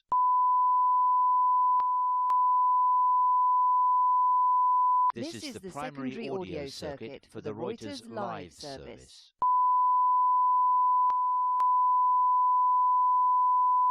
This is the primary audio circuit for the Reuters live service.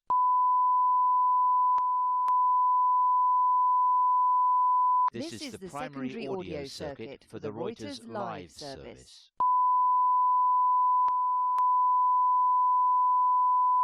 This is the primary audio circuit for the Reuters live service.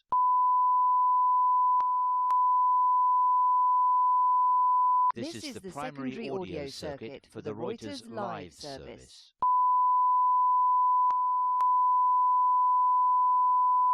This is the primary audio circuit for the Reuters live service.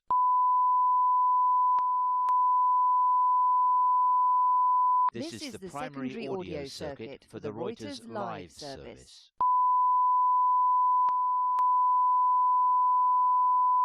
This is the primary audio circuit for the Reuters live service.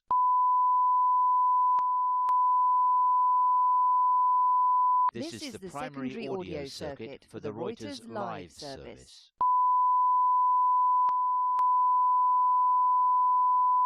This is the primary audio circuit for the Reuters live service.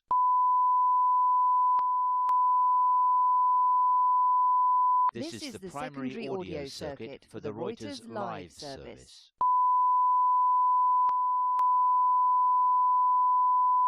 This is the primary audio circuit for the Reuters live service.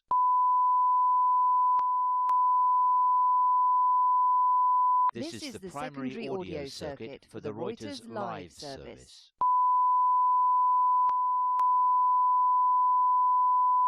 This is the primary audio circuit for the Reuters live service.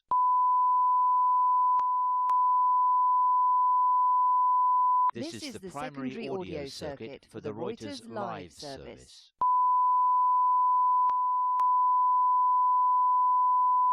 This is the primary audio circuit for the Reuters live service.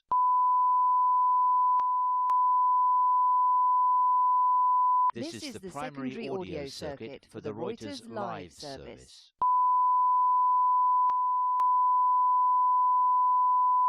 This is the primary audio circuit for the Reuters live service.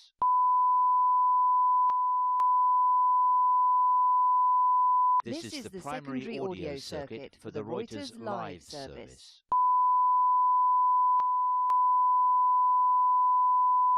This is the primary audio circuit for the Reuters live service.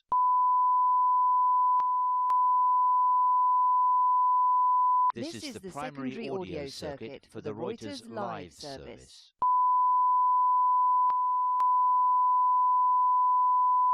This is the primary audio circuit for the Reuters live service.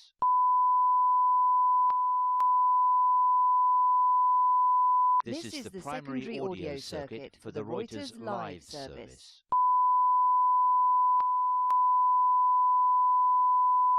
This is the primary audio circuit for the Reuters live service.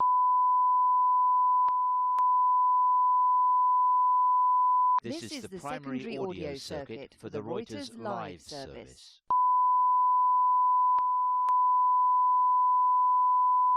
This is the primary audio circuit for the Reuters live service.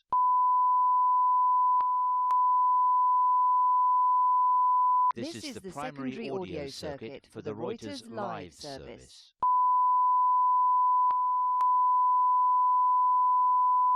This is the primary audio circuit for the Reuters live service.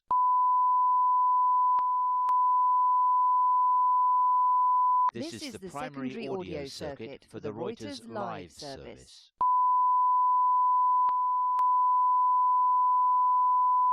This is the primary audio circuit for the Reuters live service.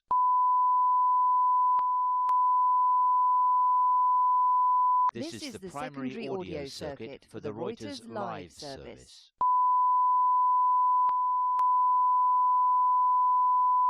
This is the primary audio circuit for the Reuters live service.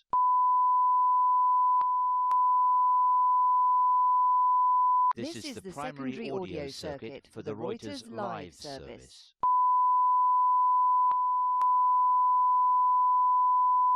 This is the primary audio circuit for the Reuters live service.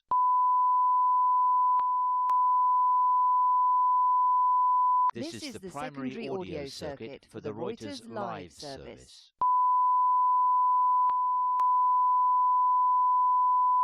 This is the primary audio circuit for the Reuters live service.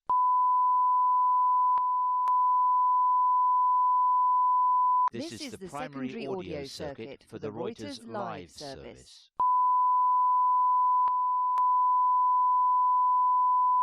This is the primary audio circuit for the Reuters live service.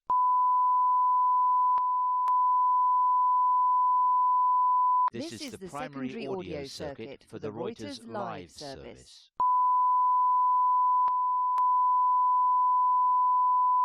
This is the primary audio circuit for the Reuters live service.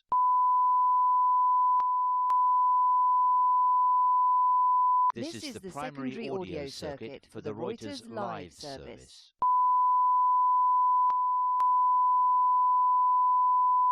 This is the primary audio circuit for the Reuters live service.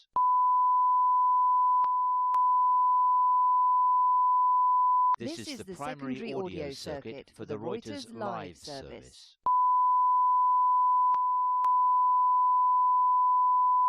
This is the primary audio circuit for the Reuters live service.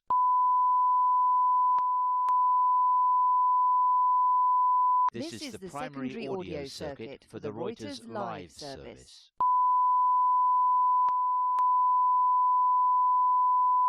This is the primary audio circuit for the... Good things take time. We too express our thanks for the Secretariat's tireless efforts, tremendous efforts in which they showed that they understood us better than we understood ourselves.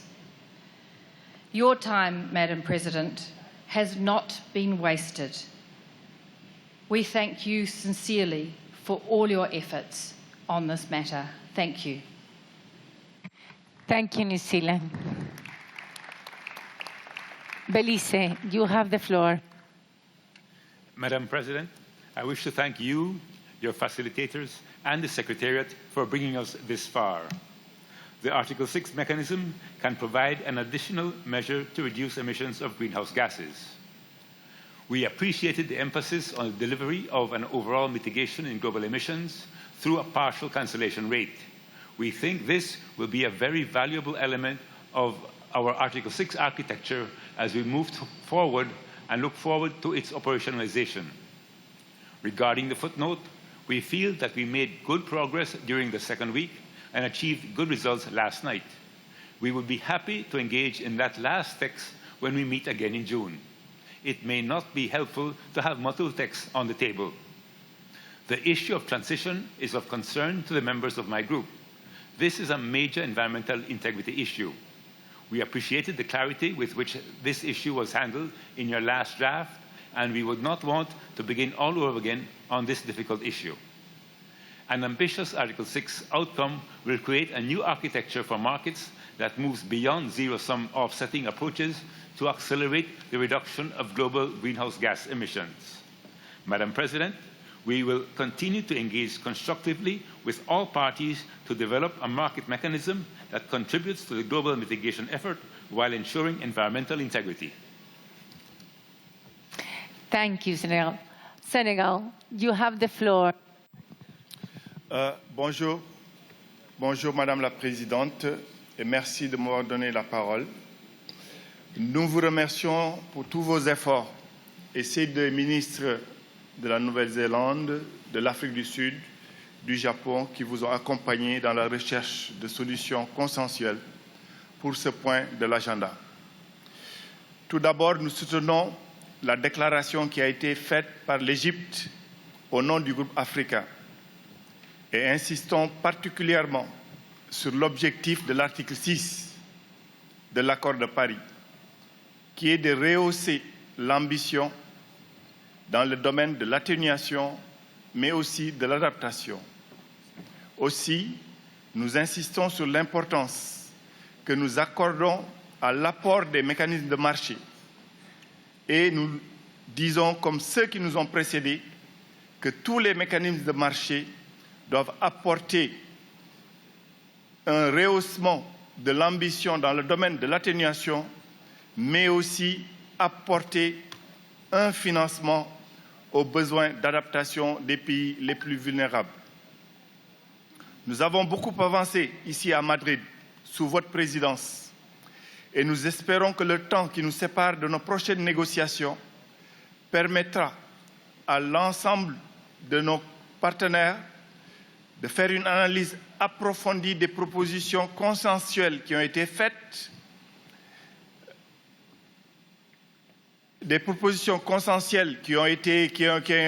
faites sur la table, en ayant à l'esprit que nous ne devons pas, par l'utilisation de réductions qui ne présentent pas toute l'intégrité environnementale requise, nous ne devons pas compromettre tous les efforts qui sont faits un peu partout dans le monde pour atteindre l'objectif global de l'accord de Paris.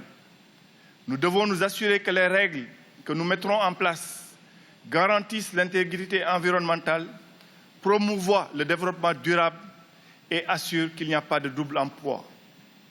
Nous devons aussi nous assurer que ces règles que nous mettrons en place, que dans le cadre de ces règles que nous mettrons en place, les économies qui sont réalisées par ceux qui investissent dans ces mécanismes rehaussent effectivement l'ambition dans tous les domaines, atténuation comme adaptation. Nous vous réitérons notre disponibilité aux côtés du groupe africain, mais aussi du groupe des 77 et la Chine, pour vous assurer que les défaillances constatées dans les marchés carbone antérieurs à l'article 6 de l'accord de Paris, notamment ceux du protocole de Kyoto, comme ceux qui sont donc des marchés volontaires, devront être rectifiés et redressés dans les directives que nous mettrons en place, les modalités et procédures que nous aurons pour faire revenir la confiance de l'ensemble des acteurs. Je vous remercie de votre attention. Thank you, Senegal. Bhutan, we have the floor. Madam President, like others, I thank you for your hard work and all the tremendous attempts that you made to finalize the consideration of this item at this session. We would also like to share our appreciation to the Excellency Ministers for facilitating the discussions.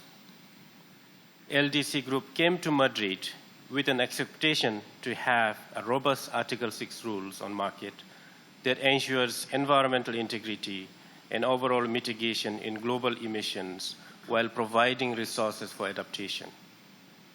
The group is disappointed with lack of willingness by some parties to work together to ensure environmental integrity and to respond to the needs of the most vulnerable communities.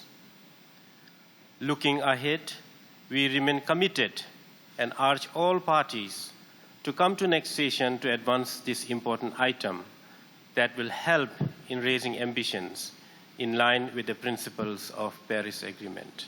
I thank you, Madam President. Thank you, Bhutan. Tuvalu, you have the floor. Thank you, Madam President, and I will not say what others have already said, only to express our extreme gratitude to you and your team, and in particular the Secretariat staff, who have worked to a state of exhaustion to bring us to this, where we are now. My delegation hopes that where we are now will give us the opportunity to return some language that protects human rights and the rights of Indigenous peoples. Thank you. Thank you, Tuvalu. South Africa, you have the floor. Madam President, on behalf of Minister Barbara Creasy, we would like to take this opportunity to thank the Minister and Delegation of New Zealand for working tirelessly with us to make progress on Article 6. We would also like to thank all parties for the open, transparent manner in which they engaged with us as co-facilitators of Article 6. We appreciate the support of the Secretariat and of the Presidency, who both did a sterling job. We too are disappointed that we were unable to reach agreement given the robust discussions we had and the progress we made. For us, it is crucial to have a market that has high environmental integrity and avoid double counting. We would also like to see the carbon market deliver high mitigation and adaptation ambition. As a delegation, we will continue to work hard with colleagues to ensure that we can deliver an effective Article 6. We believe that the text that we reached last night gives us enough room to take our discussions forward. However, we will be accommodating to the views that called for the last texts that were produced to also form part of the next discussion. As a delegation, we urge and encourage all parties to come to the next round of discussions with flexibility so that we can conclude this discussion. We believe we are very close, Madam President. Given a little bit more time, we could have made it. I thank you. Thank you, South Africa. Canada, you have the floor. I would like to thank the Presidency facilitating ministers from New Zealand and South Africa and the Secretariat for its work. I'd also like to thank all of the parties who came to COP25 with a spirit of cooperation, flexibility, and compromise on Article 6. We too, like so many, are disappointed that we could not agree to robust rules on Article 6 at this COP. We recognize the incredible amount of work, especially by our experts over the past 4 years, who have negotiated in good faith to get us to the text that we discussed in the early morning hours. The text has never been more clear and clean. It has helped us to identify the key political compromises which would need to be considered in order for us to come to an agreement. It is what we need to carry forward if we are to get an agreement in the future. Advancing international carbon markets and its potential to enhance ambition while promoting environmental integrity, human rights, and the rights of Indigenous people is of keen interest to Canada. Canada will continue in our steadfast commitment to advance the implementation of the Paris Agreement through our domestic actions and our support for developing countries to help drive the urgent climate action that is needed to be taken by everyone. Thank you. Thank you, Canada. Australia, you have the floor. President, thank you. And like others, I want to pass on our appreciation for the hard work that you, the Secretariat, and others have done in terms of trying to get an agreement on this. I also want to thank you for the transparency and openness and the energy that you personally and others have brought to this process. I also want to acknowledge the work of our umbrella group members, Japan and New Zealand, who have put a lot of effort and time into this, and also South Africa, as mentioned. We're also disappointed to see that there's not an outcome on markets. We believe this is a critical part of the Paris Agreement. We, like others, worked hard across groups to try and find differences and bring parties to a point where we could get an agreement. Unfortunately, it hasn't been the case this time. We hope an agreement can be found in the near future. We believe the current text, as Canada and others have said, provides a very strong basis to hopefully continuing negotiations and finalising agreement. Like others, we're also keen to ensure the protection of human rights and the rights of Indigenous people in the establishment of any future mechanism under markets. Thank you.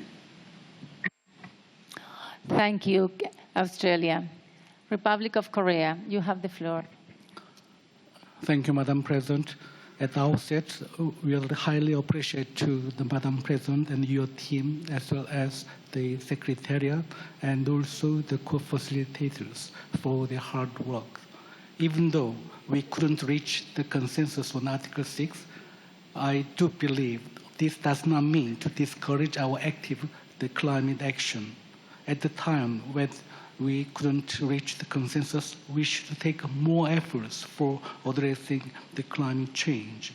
At the UN Climate Action Summit held in New York, the Greta Thunberg said, "We are watching you." So the students are expected to be educated, but at the time, the world leaders are educated. So now is the time for action, for more active and constructive action. Thank you, Madam Chair. Thank you, Korea. I want to thank all the parties for the great effort that everybody did to move position, to try to find an agreement so we can count on a robust market and we can have this Article 6 that we need in our country so much. An article that can address the needs of everybody and is a robust and have environmental integrity and understand that we need, for getting the changes and increase the ambition that is so, so important. I like to thank especially the minister that helped and their teams and the secretariat in the effort. It was so many meetings for so late. 2 days without sleeping day or night, we get so closer. But I have a hope that we can use this material in order to find a final agreement during the COP26. So thank you for everybody. So here, no objections. It is so decided, and I will include a footnote to reference of the 3 texts that we prepare during this time. Before Brazil, you have the floor. I'm sorry, Madam President, but actually I did not intend to ask for the floor. That was another technical mistake. Thank you. Egypt, you have the floor. No floor at all. So, here no objections then, it is so decided.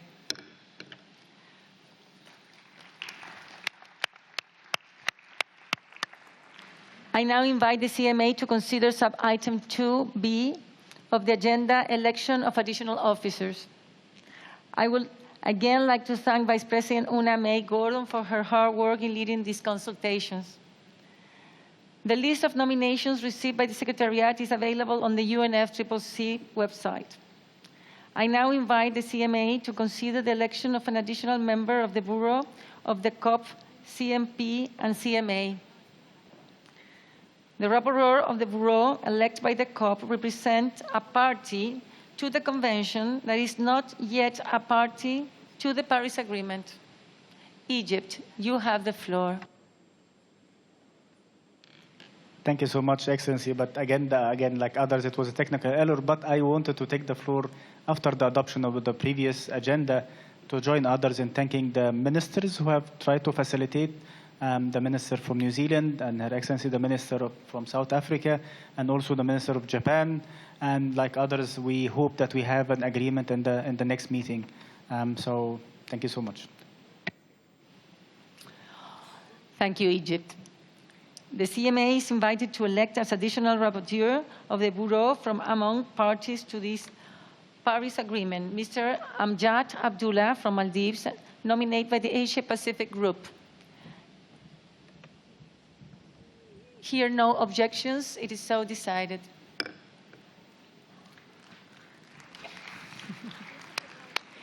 I now invite the CMA to elect the members and alternate members of the Committee to facilitate implementation and promote compliance referred to in Article 15, Paragraph 2 of the Paris Agreement, as contained in the list of nominations. Here, no objections. It is so decided. I would like to congratulate the members and alternative members of the committee on their election.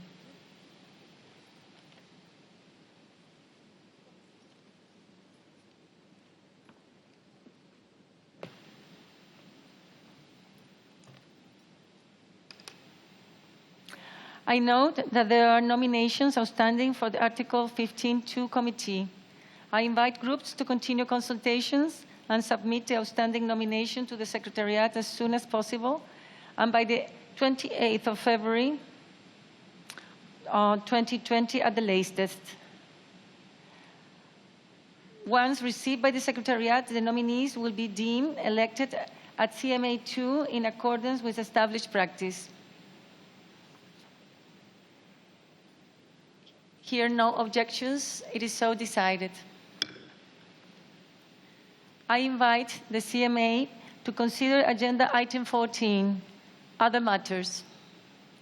Dear delegates, a senior member of my team undertook consultation on the issue of the special needs and special circumstances of Africa under the Paris Agreement on my behalf.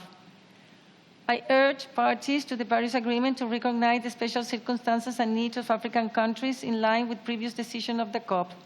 During the consultations, many parties and groups, including the Latin America and the Caribbean parties, elaborate on the specific vulnerability to adverse effect of climate change.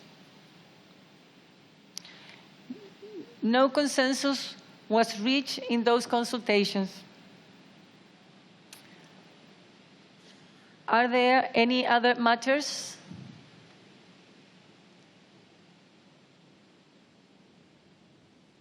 Argentina, you have the floor. Gracias, señora presidenta.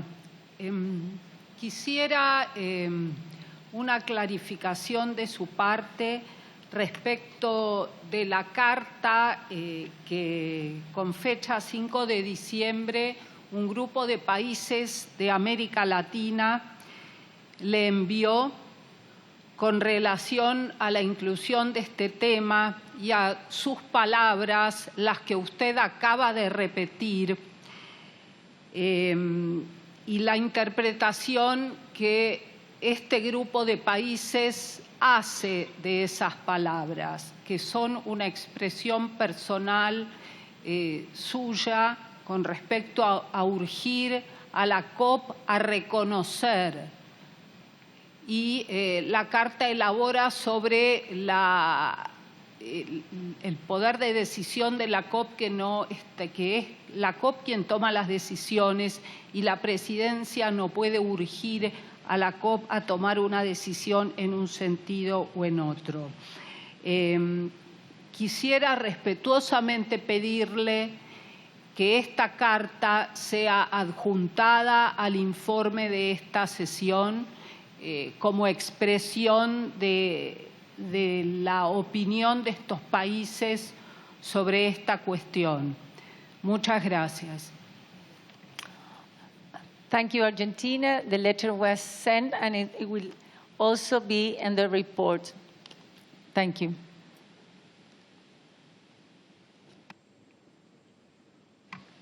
This meeting of the CMA is now adjourned. I now resume the 8th meeting of the Conference of the Party at its 25th session.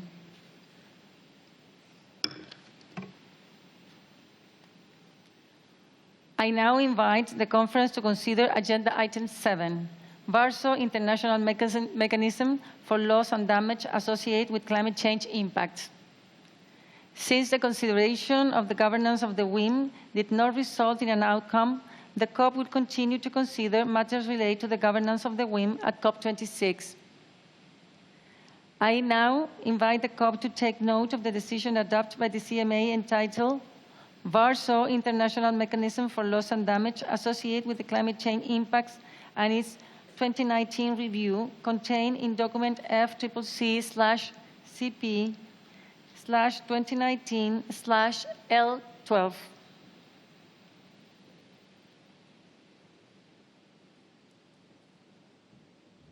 Here, no objections. It is so decided.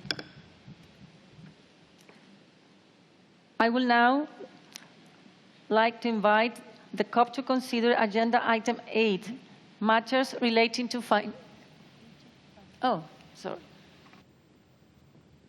Egypt, you have the floor. Thank you so much, Excellency. I think it was just a misunderstanding because we heard you saying that we take note of the decision. I think we are adopting the decision, of course. So just thank you.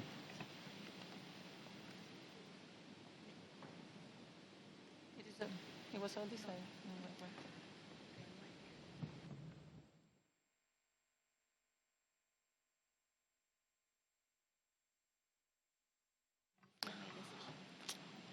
Egypt. The COP is taking note of the decision adopted by the CMA.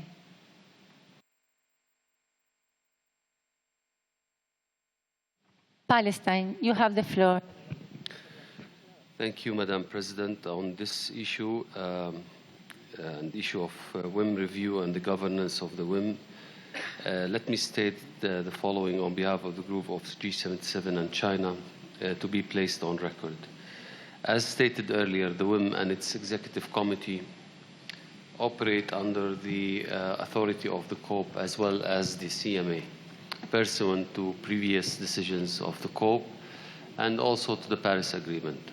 The COP decision on WIM that has just been adopted recognizes that issues related to governance of the WIM have not been concluded and will therefore continue at COP26 and CMA 3 in 2021, and will be reflected in the form of an agenda item on this issue for COP26 and CMA 3.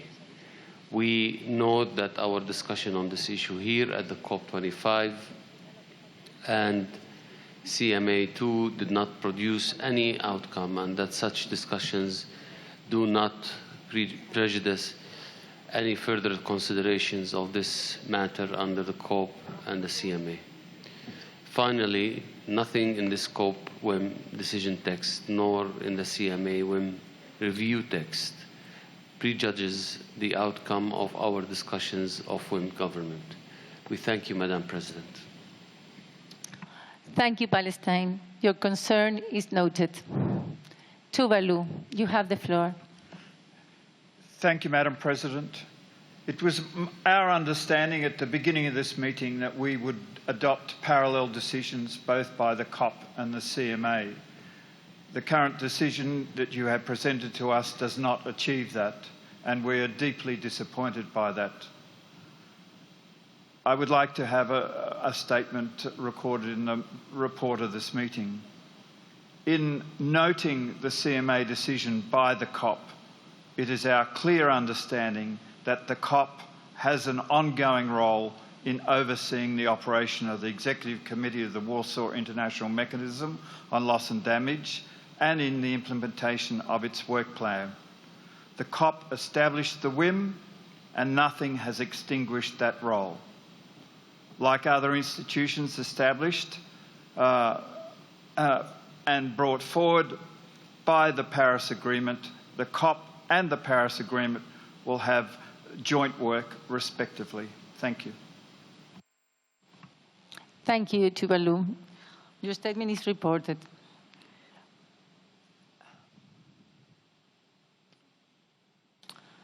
I will now invite the COP to consider agenda item 8, matters relating to finance.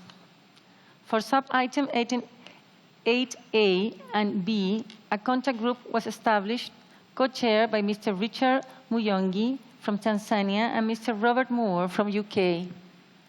For sub-items 8C and D, a contact group was established, co-chaired by Ambassador Amina Yuvoli from Fiji and Mr. Toru Suju from Japan. I thank all the co-chairs for their hard work. I will now take up agenda sub-item individually. I invite the COP to consider agenda sub-item 8A, long-term climate finance. I now invite the COP to adopt the draft decision entitled Long-Term Climate Finance contained in document FCCC/CP/2019/L8. Here, no objection. Egypt, you have the floor. Thank you so much, Madam Chair, and apologies for taking the floor, but we are seeing two different documents for the same agenda item. There is a document that we printed this morning from the Dropbox and from the agenda, and then this document was updated later on. Now what we have is a different item, in particular in relation to paragraph 13 of this draft decision. We understand that the point was made yesterday in the informal consultations with the President, with the facilitator, and there was an agreement in this room on a language, very specific language on paragraph 13. So the current language does not reflect this agreement as it was yesterday and this morning.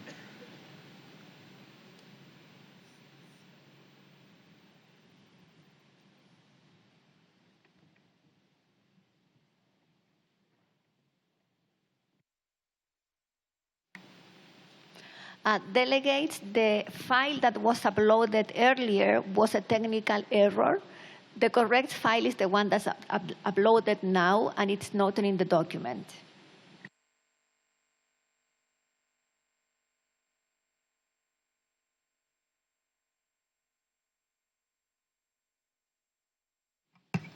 Switzerland, you have the floor.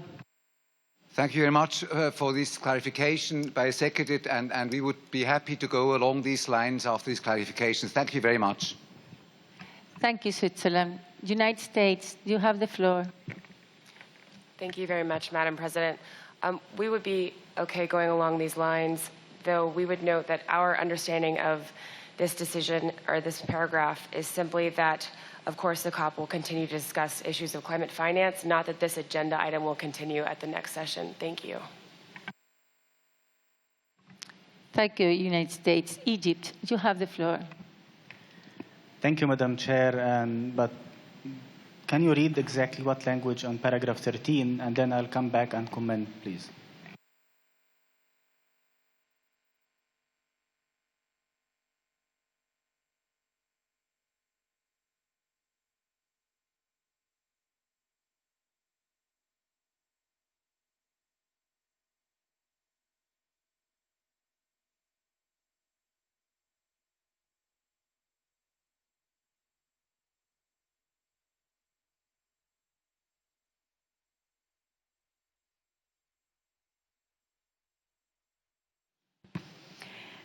Paragraph 13 reads, notes the importance to the Conference of the Parties of continued discussions on long-term climate finance and decides to consider the matter at its 26th session.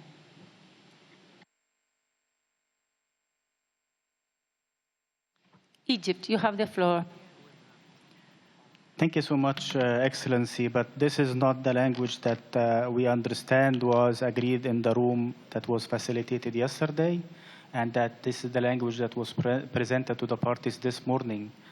I hear colleagues and interventions saying that, of course, there is the discussion on climate finance will continue under the conference of the parties, which is the language that was presented this morning, which affirms the importance of climate finance and decides to continue discussion on this matter under the conference of the parties.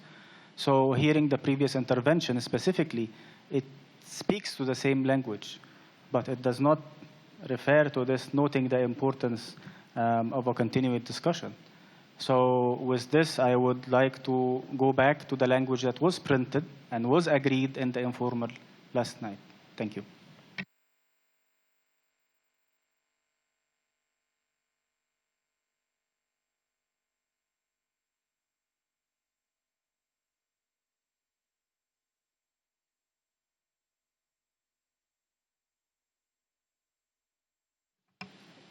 We will come back to you, Egypt, on this issue. Nicaragua, you have the floor.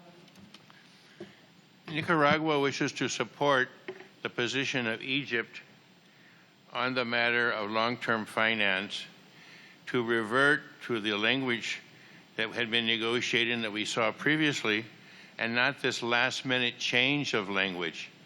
Long-term finance is more important than ever We should not have a hiatus of 1 year in the effort to come up with options and alternatives for effective long-term finance. This is more important than ever because we have not come to terms at this COP with significant financing for loss and damages, which is essential for the mounting number of countries that are victims of climate change. So we support the Egyptian position, Madam Chair.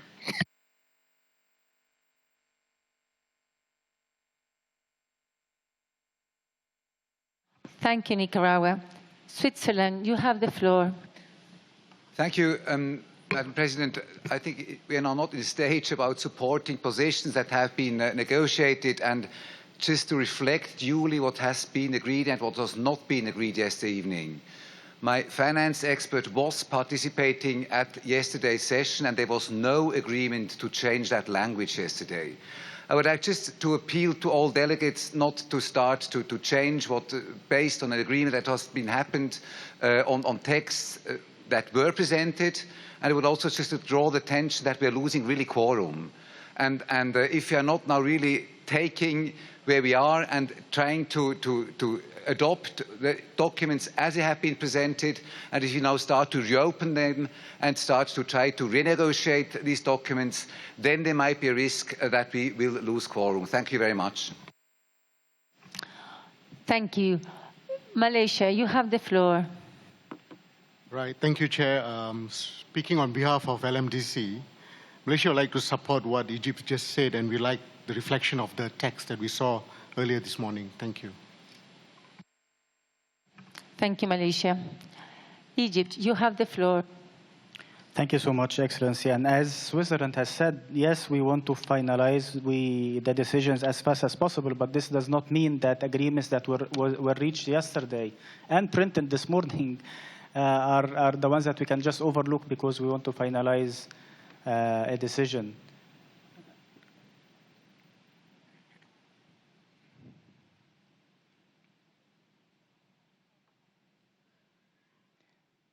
Okay, I'll stay. The coordinator of the African group is clearly highlights that this was an agreement, and the language that is now presented is a language that the African group did not approve, and it was made very clearly that it was not a language that the African group can go forward with. So there was a compromise language, which is, again, what is presented in the previous and printed and even posted this morning. And it just confirms what some delegations have said. It is affirmation of the importance of climate finance and decides to continue the discussion under the convention. I think it was said even by, other delegations before me, and supported, of course, by a wide variety of delegates. Thank you. Thank you, Egypt. Canada, you have the floor. Thank you. And I just wanted to weigh in with what Switzerland was saying, because the language that was read out by the Secretariat was the language that was discussed last among parties. And there was no agreement to make further changes to the language. So we would appreciate some clarification on moving forward. Thank you. Thank you, Canada. United States, you have the floor. Thank you, Madam President. And just to be perfectly clear, we don't support the language that has been proposed by Egypt nor Switzerland. Though our understanding of the situation, the discussion last night was certainly as Switzerland has described it. Thank you. Thank you, United States. Japan, you have the floor. Thank you, Madam Chair. And according to the expert who participated in the discussion last night, so there was no conclusion. So it's true that there was an argument to oppose the description as described here in this draft text, but there was no conclusion in the discussion last night. So in that sense, this description in the draft text reflects exactly the argument discussion last night. That is understanding of Japan. Thank you, Japan. Give me some minutes. We will see the situation.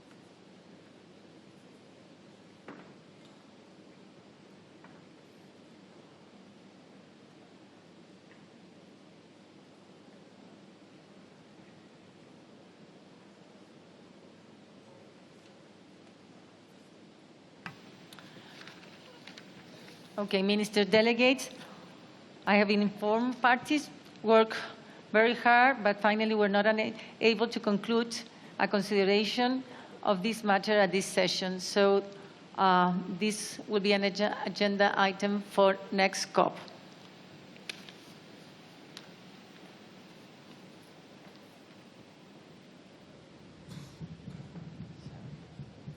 Thank you for your understanding.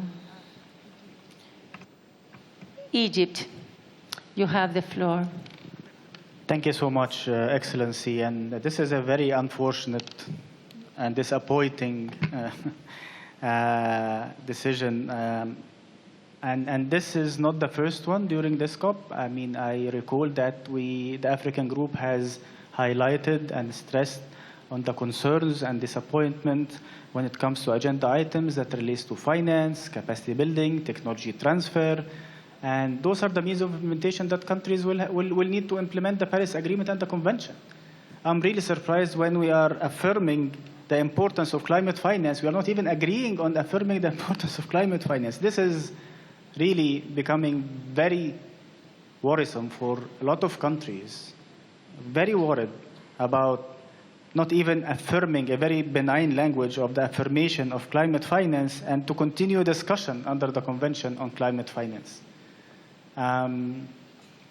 Unfortunately, we cannot do anything about that, but I would just ask colleagues who have mentioned that they cannot agree with the affirmation of the importance of climate finance and the continuation of a discussion on climate finance to consider that when they ask parties to raise their ambition, when they ask parties to take more actions, when they ask developing countries to be more transparent, when they ask developing countries to pay more from their pockets for adaptation, when they ask parties to join the markets because it's much easier as mitigation for some.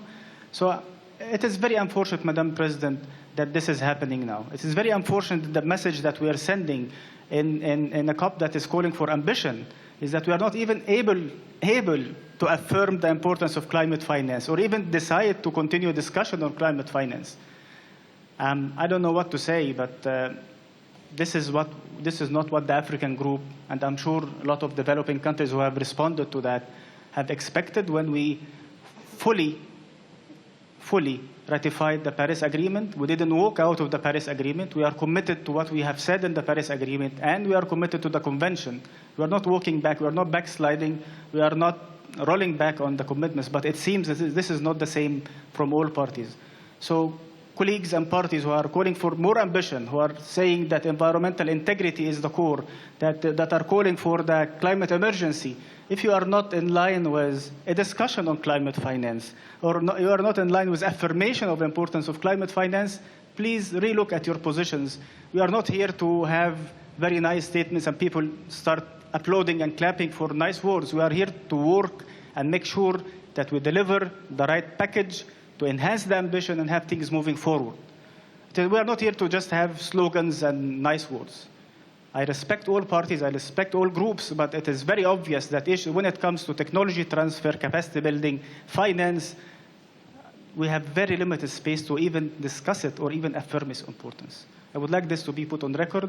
We will engage on this agenda item again, but not with a very benign language, just calling for parties to affirm or requesting a very simple request to continue discussion, but with very strong language, and we'll make it very clear in the coming discussions that when we talk about adaptation finance in markets, it has to be done. When we talk about climate finance in general, it should be done. It is as important as the rest of the mitigation because it is a core component of any ambition for developing countries, and particularly for Africa. I thank you, Madam Chair. Thank you, Africa. Nicaragua, you have the floor. Thank you very much, Madam Chair. The lack of ambition on climate finance will affect ambition with regard to mitigation. The reason for this is that a large percentage of the NDCs of the developing countries are contingent on climate finance. By systematically not considering climate finance, the low level of ambition at this COP with regard to climate finance then will affect the ambition with regard to mitigation and adaptation as well, because it will affect the capacity, the respective capacities of the developing countries to fulfill their commitments as they wish to do, It's quite unfortunate that this COP has not had balance with regard to climate finance. It's been systematically sidelining all of the issues that have to do with climate finance, and to take long-term finance, which has a long history within the Kyoto Protocol and within the successors to it, is quite unfortunate, and I wish to express that we're very disappointed. Thank you, Madam Chair. Thank you, Nicaragua. Saudi Arabia. Thank you very much, Madam President. Speaking on behalf of the Arab Group, we could not agree more with the statement by Egypt and Nicaragua on their disappointment in the way we are addressing ambition. We are killing an agenda item here, right here, in this very moment, that speaks about climate finance. And we said from the very early beginning of this conference that when we speak about ambition, it's not only ambition in mitigation, it's ambition, mitigation, adaptations, and means of implementation. And we're not really delivering on that. Unfortunately, developed countries talk the talk, but they don't walk the walk, and they don't deliver on their commitment, their historic responsibility to providing finance. These are debts that they have to pay to developing countries to be able to adapt to climate change, enhance their resilience, and then contribute to mitigation if there was sufficient and adequate and predictable finance provided to them. It's unfortunate that we are seeing now this agenda item being contested and we are not able to reach a decision. Although we have given developed countries the paragraph that they wanted under the decision for the CMA for raising ambition, but we're not getting anything in return when it comes to climate finance. We're going to continue this discussion in the next session, but it's really very disappointing, and I'm glad that we are under webcast and the world is watching that we're not really genuine about climate action. Thank you very much. Thank you, Saudi Arabia. Argentina, you have the floor. Thank you, Madam President. We as others are very disappointed about the outcome of this agenda item. Long-term finance is essential for developing countries to comply with the voluntary commitments they have put forward in their NDCs. If we want to talk about enhanced ambition, we also need to talk about enhanced ambition in finance.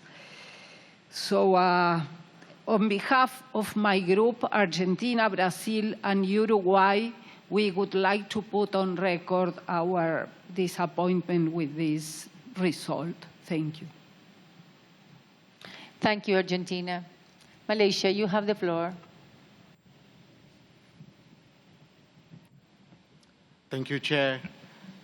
Madam Chair, just like others before me and speaking on behalf of the like-minded developing countries, we are very concerned and very disappointed with what is happening at this final day of our plenary. We all know that declaration of high intent cannot alone be benchmark or championship for global action. If we want to respond honestly to the youth, to the public outside demanding climate action, we need to fulfill our commitments and undertake ambitious actions on climate change. Will and ambition without implementation is meaningless. Our countries, Madam President, encompasses more than half of the world's population, with most of the world's poor that are particularly vulnerable to the adverse effects of climate change. We are living the impacts of climate change that were not caused by us. This must be recognized, Madam President. We cannot talk about ambition without finance. What has just happened is very unfortunate, and we like to register this. Thank you. Thank you, Malaysia. Uruguay, you have the floor. Thank you, Madam President. We would also like to express our concern with the situation. We understand that finance issues are essential for us to keep building ambition, keep building the regime that can take us to the 1.5 degrees. And we are absolutely concerned with the situation. We like to express our full support with the statement previously made by Egypt, Nicaragua, Argentina, Malaysia, and others, that finance is essential for us to raise ambitions as developing countries. And we will come back to the discussion next year with some very clear message in this regard. Thank you, Madam President. Thank you, Uruguay. European Union, you have the floor. Thank you, Madam Chairman. I think this COP is very close to reaching the record of the duration from information I got from some of my colleagues. So we're all very tired and our nerves are frayed. But I would encourage colleagues to reflect. We are not talking in this decision about whether or not we should have a conversation about long-term finance. That conversation will continue under the Convention because we have a long-term goal of post-2020 climate finance. The conversation will also continue under the Paris Agreement, when next year we will start a conversation about the post-2025 goal on long-term finance. So affirming with vehemence that we're not interested in a discussion on long-term finance, I'm afraid, is not particularly accurate. So I would invite all of us to lower the temperature. We will continue to have conversation on long-term finance, both under the Paris Agreement and under the Convention, without the need for having a row right now on which of the two fora should be preferred. Thank you very much. Thank you, European Union. Maldives, you have the floor. Thank you very much, Madam President. This late hour, I did not intend to take the floor, but I thought perhaps my minister has just left. This was his constant message that I couldn't refrain not taking the floor. I fully subscribe the points that was made by Egypt. Madam President, the developing world is united in combating against climate change, most importantly on climate financing. My delegation is deeply concerned with regard to the appetite that has lost in talking about climate financing. A COP of action without financing is COP of inaction. I thank you. Thank you. Belize, you have the floor. Thank you, Madam President. Belize joins the others in expressing its concern that we were unable to move forward on this agenda item. I believe all of us spent numerous hours addressing it during this past week. And so it is rather disappointing that we have to use Rule 16 on this issue. However, we will continue to engage meaningfully with all parties to ensure that we can make progress here. Thank you, Madam President. Thank you, Belize. Bhutan, you have the floor. Thank you, Madam President. Like others, we also would like to register our concern on this particular item. We expected much stronger outcomes on this long-term finance to provide assurances to us about the availability of finance beyond 2020. This is critical because it's important for us to work to implement our NDCs and NAPs. Like others, looking forward, we look forward to engage on this, and it's very unfortunate and that we are not getting enough attention on finance here. Thank you. Thank you, Bhutan. Egypt, you have the floor. Thank you so much, Excellency, and apologies for taking the floor again. And just also, while stating the disappointment, I want to welcome the statement made by the EU confirming that the discussion will continue, confirming the importance of climate finance, be it under the Paris Agreement or the Convention, and also put on record that the African group, and I'm sure all developing countries, very much appreciate the countries who have doubled their climate finance. There are some countries who are mentioned here in the decision, unfortunately will not be able to take the decision forward. I think countries who have doubled for the GCF, like Germany, like the UK, like France, many European countries are very much appreciated. So we just wanted to put on record that while we are facing a lot of challenges, there are some countries who are up to their commitments. Thank you so much. Thank you, Egypt.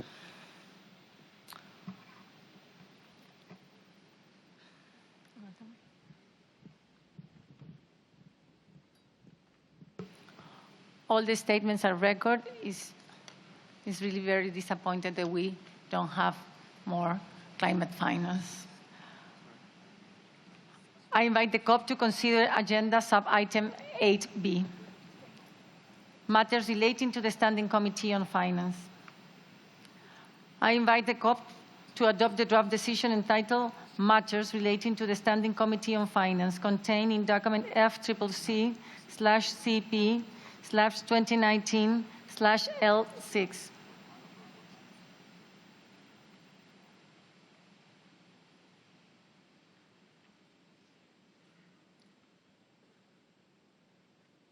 Here, not objections, it is so desired.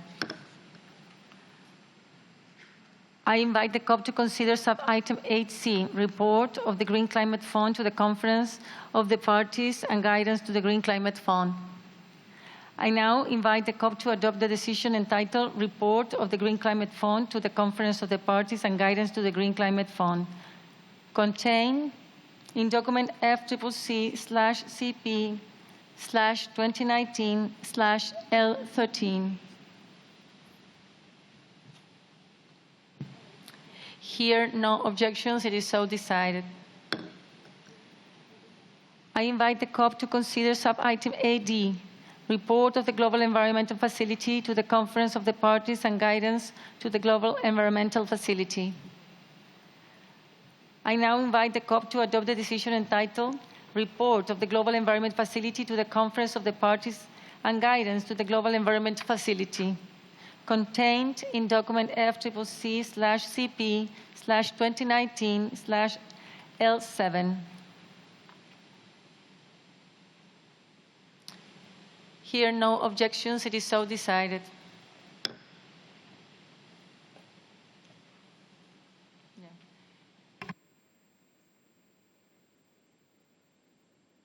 This meeting of the COP is now adjourned.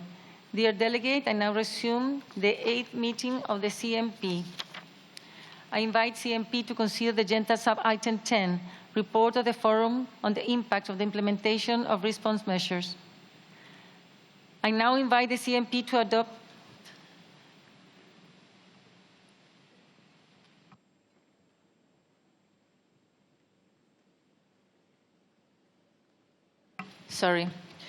I invite the COP to consider agenda item 12, report of the Forum on the impact of the implementation of response measures. I now invite the COP to adopt the draft decision entitled Work Plan of the Forum on the Impact of the Implementation of Response Measure and its Katowice Committee of Experts on the Impacts of the Implementation of Response Measures, contained in document FCC/CP/2019/L11.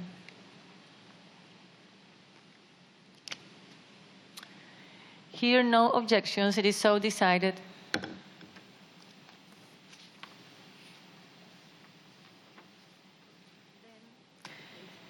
This meeting of the COP is now adjourned. Dear delegates, I now reassume the 8th meeting of the CMP. I invite the CMP to consider the agenda sub-item 10, report of the Forum on the impact of the implementation of response measures. I now invite the CMP to adopt the draft decision entitled Work Plan of the Forum on the Impact of the Implementation of Response Measure and its Katowice Committee of Experts on the Impacts of the Implementation of Response Measures, contained in document FCC/KP/CMP/2019/L13. 1/L6. Here, no objections. It is so decided. Dear delegates, please stay in your seat as we will be convening the joint plenary to hear closing statement. This meeting. Okay. This meeting is now adjourned.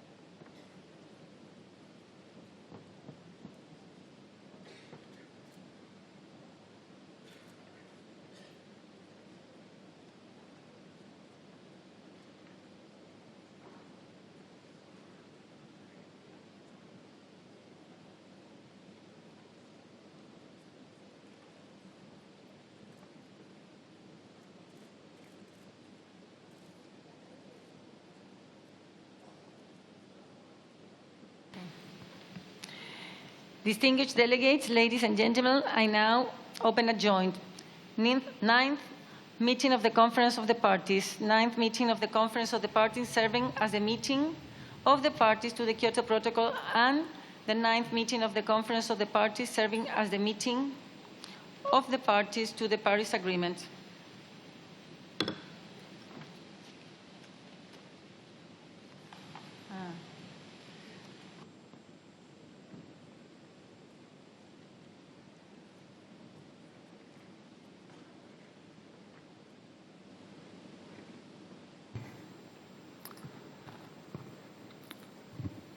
Dear delegates, hoy cerramos la COP25 en la hora final con sensaciones encontradas. Por una parte, la esperanza de que juntos podemos lograr grandes cosas, sobre todo después de ver cómo España y Chile sacaron adelante esta COP en un tiempo récord, gracias a un trabajo conjunto, generoso y solidario. ¿Cómo no olvidar y agradecer a cada uno de ustedes por las largas horas de trabajo?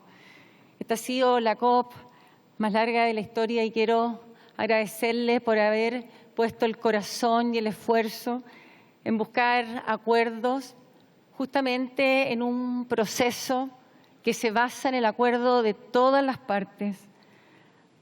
Agradecer a Minister Shaw de New Zealand, a Mr. Greaves de South Africa, a los ministros y ministras que ayudaron a hacer posible alcanzar acuerdos en esta COP, a Teresa Rivera, a los ministros de Japón, a cada uno de ustedes que jugaron un rol fundamental, a la Secretaría que, como muchos han dicho, ha pasado aquí días y noches colaborando para que los países pudiéramos alcanzar acuerdo. Queríamos cerrar un artículo 6 que nos permitiera implementar un mercado de carbono robusto, con integridad ambiental, que estuviera enfocado en generar recursos para hacer proyectos que permitieran justamente transitar hacia un desarrollo sustentable, bajo en emisiones y resiliente al clima, sobre todo tan necesario para los países en desarrollo.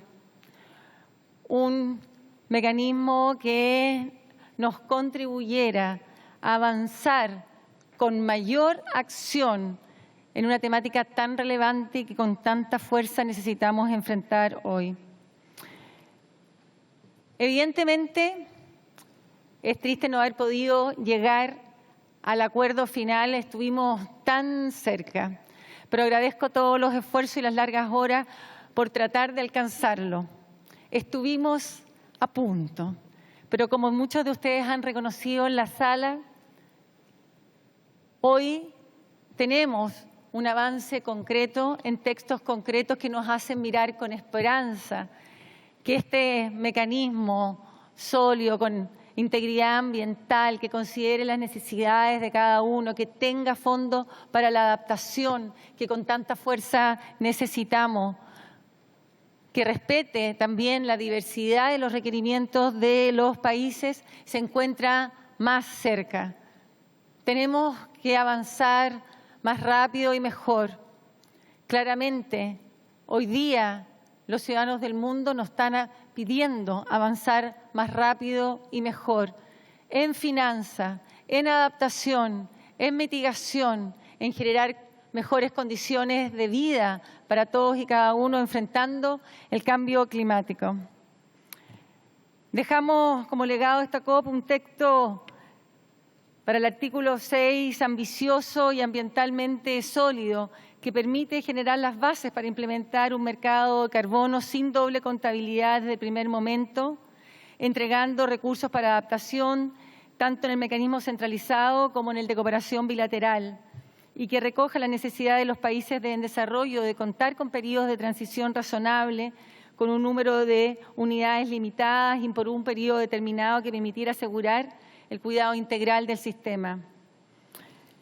Este es uno de los temas, pero justamente el trabajo conjunto permitió sacar adelante temas muy necesarios y muy queridos.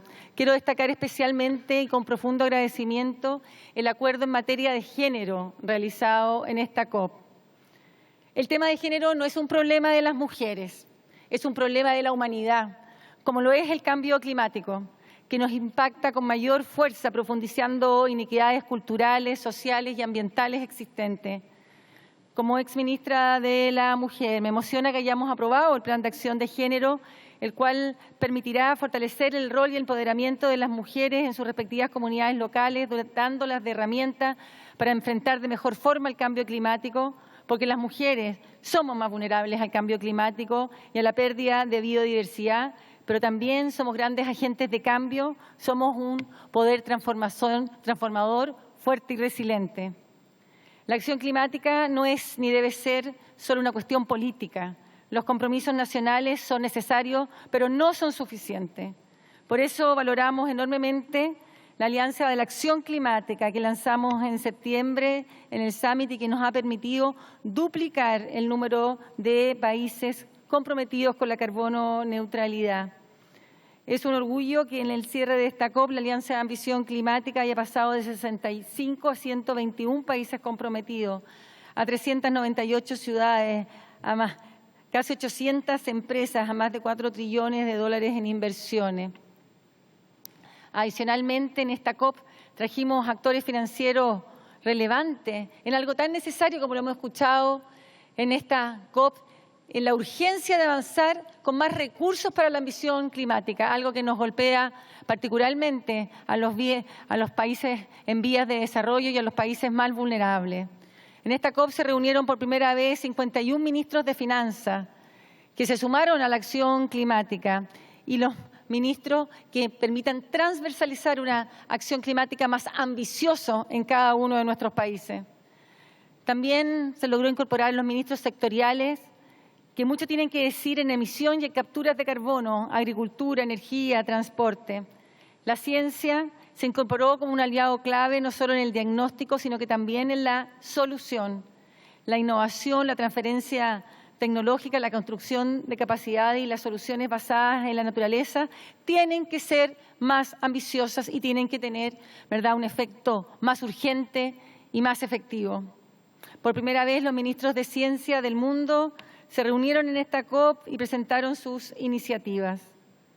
En esta COP también mostramos la importancia de los océanos, ecosistemas esenciales para la mitigación y la adaptación al cambio climático y que afecta la vida de millones de personas en el mundo entero y que está afectado por el calentamiento global y por la enorme pérdida también que están sufriendo en la biodiversidad.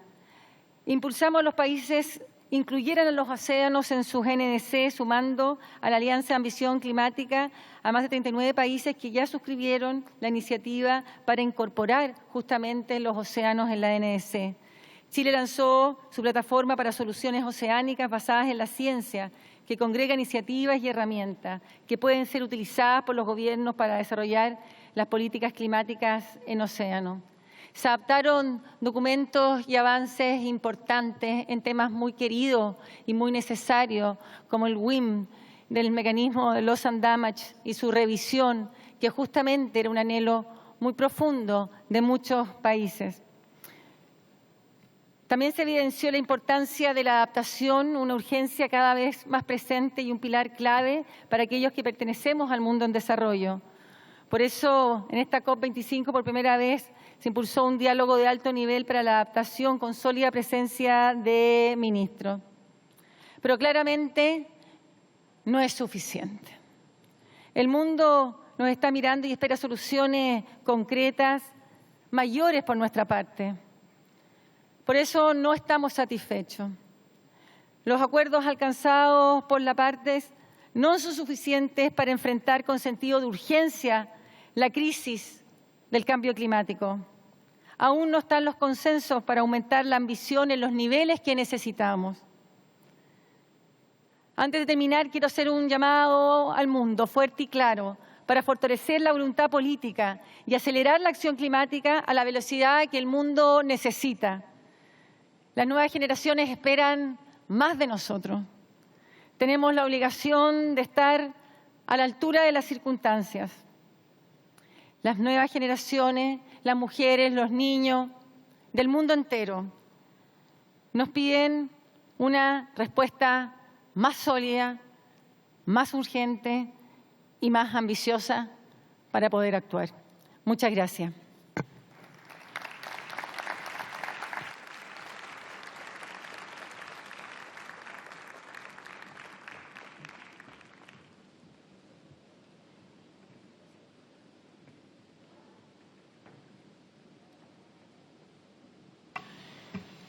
Dear delegates, considering that the late hour and the fact that most of us must hurry to the airport, I would like to propose that the statements are sent and uploaded electronically. No.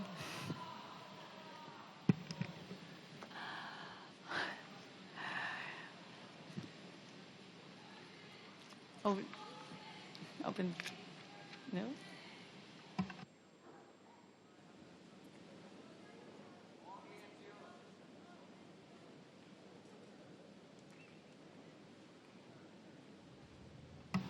Brazil, you have the floor. Thank you, Madam President. Well, first of all, I would like to sincerely thank Chile for its great effort and congratulate you for the great job you did in such difficult circumstances. We are very grateful to you, and I'm speaking on behalf of Brazil, Argentina, and Uruguay, the ABU group. We would also like to sincerely thank Spain for its hospitality and for having worked this wonder to host us here in such short notice. But having said that, I will follow your suggestion, and that's what I was going to propose, at least to the other state delegates, that we, rather than speak here, given the short time that we have, that we all send our statements in writing. This is what we will do. Thank you very much. Thank you, Brazil. You have to move from yeah, you're... Costa Rica, you have the floor. Thank you, Señora Presidenta. We were going to make a similar suggestion. We would perhaps suggest that parties deliver their statements in writing and we leave the space for NGOs and civil society to deliver theirs.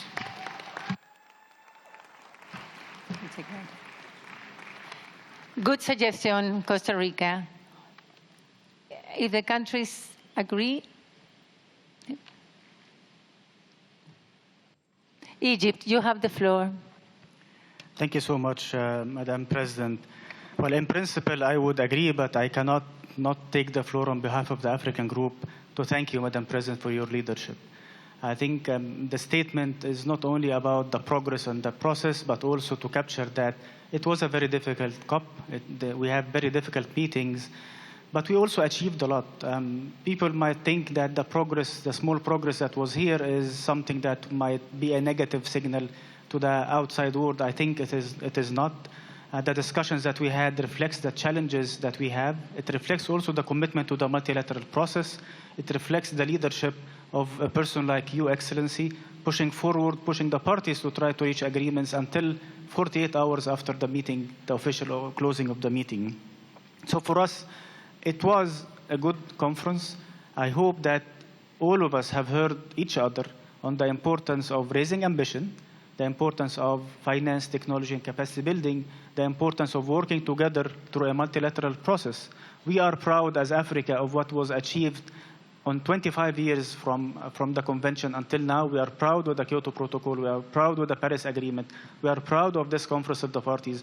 We are proud that we are still in a very strong multilateral process, taking us all forward in an inclusive manner. If we overlook the small elements or the small differences on issues on different agenda items, we need to also confirm that we are all here.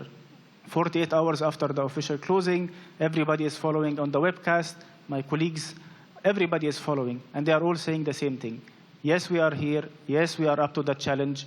It is our responsibility to have a better future. It is our responsibility that the new generations, the incoming generations, would live in a better world, in a world that would take them forward, not a world that will be suffering from impacts of something that they haven't done. So saying that, I have to thank you, Madam Chair. I have to thank your team. You were a leader in the process. All the ministers who have engaged here, all the partners even that we have engaged with from I would say from the other side, from developed countries, and also for the stakeholders and the NGOs and CSOs who are outside there having all the side events. Everybody is pushing the climate agenda. I hope that we are up to the expectation. It is unfortunate that the outcomes are not very high, but they are a step forward. Even if it's a small step, it's still a step forward. Having said that, we are looking forward to work under your leadership for the coming year. We have full confidence in you and your team and the Secretariat, and we are looking forward to working with the UK in the next year. Thank you so much, and I hope we all are up to the expectation and we take the climate agenda forward. Thank you so much.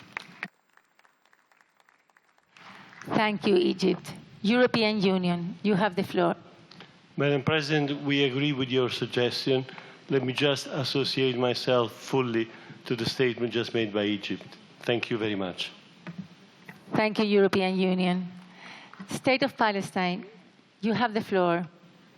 Thank you, Madam President. Madam President, speaking on behalf of the 135 members of the Group of 77, allow me to thank you, Madam President, for your extraordinary efforts, your leadership, your guidance, and the amount of effort that you have exerted during these negotiations to guide us and to help us reach a successful agreement.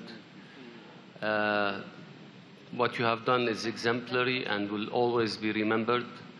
You have done all you can, and responsibility is also that of the states. As Nelson Mandela once said, that our experience has taught us that with goodwill, a negotiated solution can be found for even the most profound problems.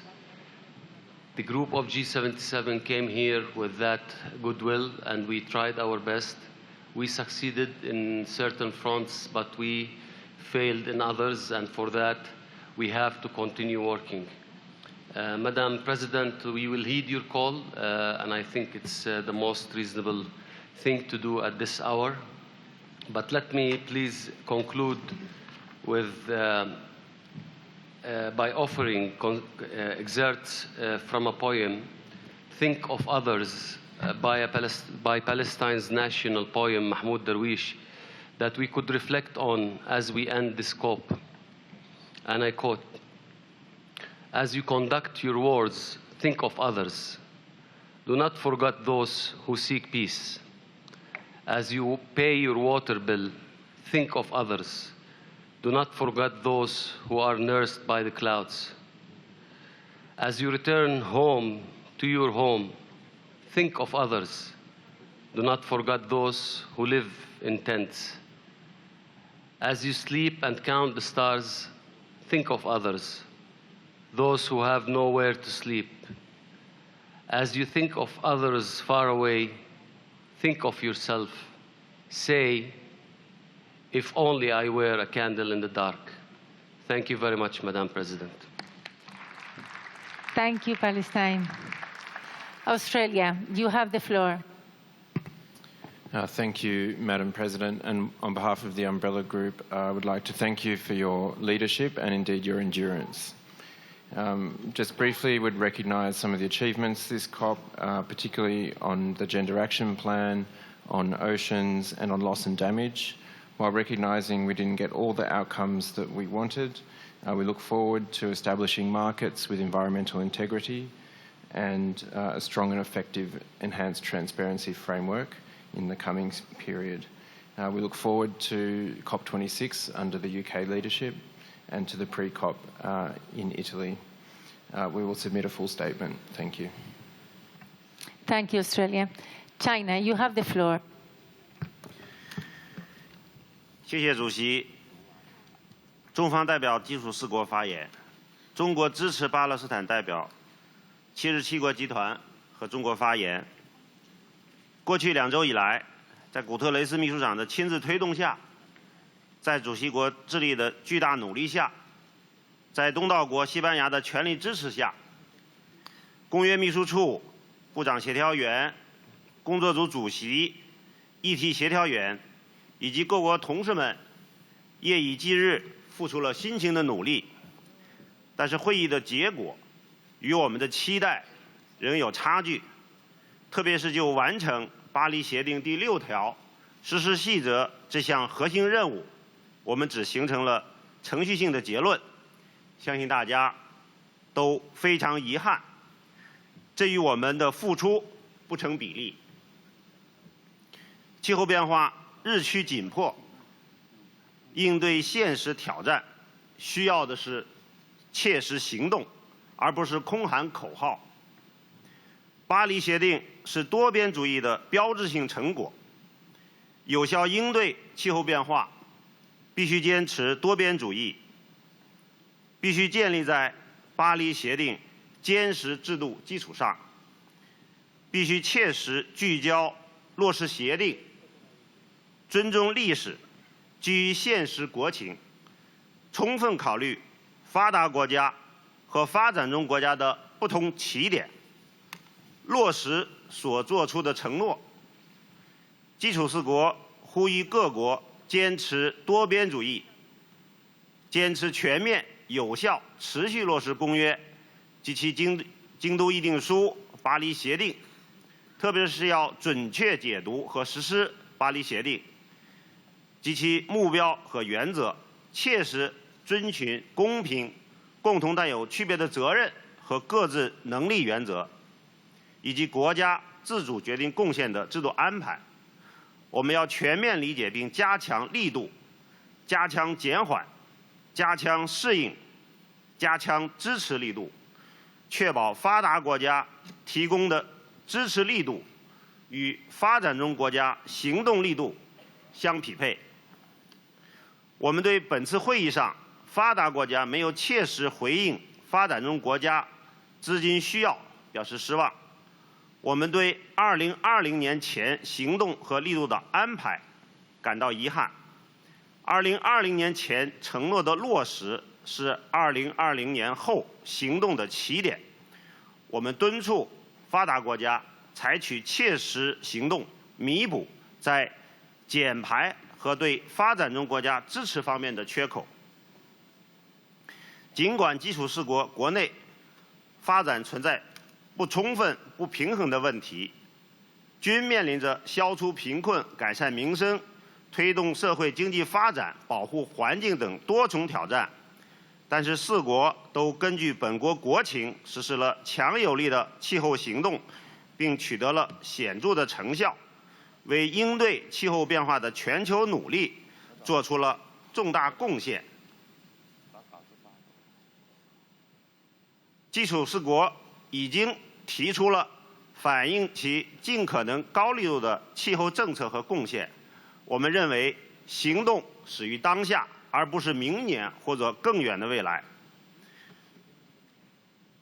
以下我代表中国讲，中方支持巴勒斯坦代表77国集团和中国、马来西亚代表立场相近发展中国家所做的发言。中国国家主席习近平多次强调，各方要本着构建人类命运共同体的责任感，坚持共同但有区别的责任原则，全面深入落实巴黎协定。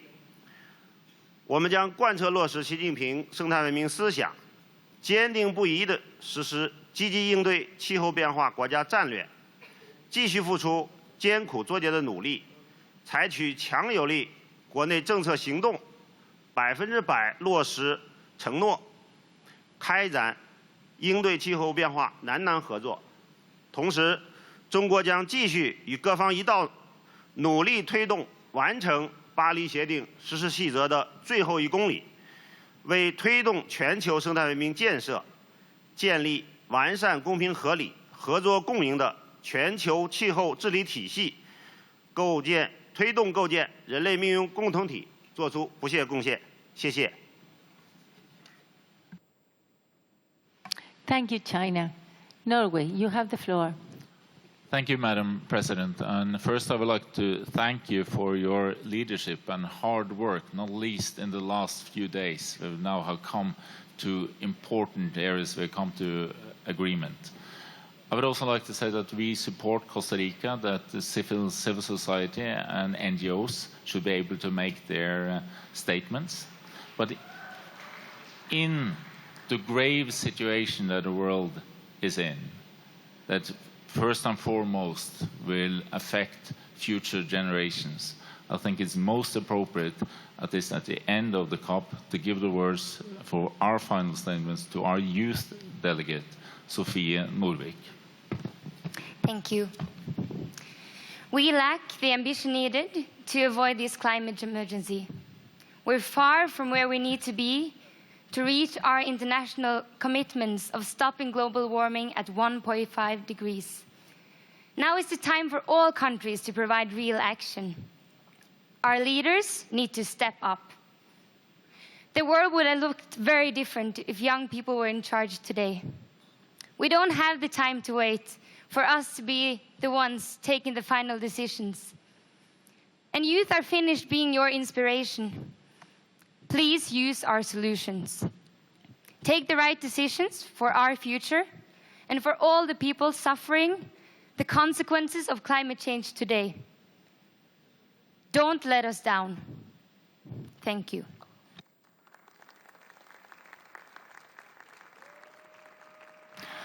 Thank you, Norway. Indonesia, you have the floor.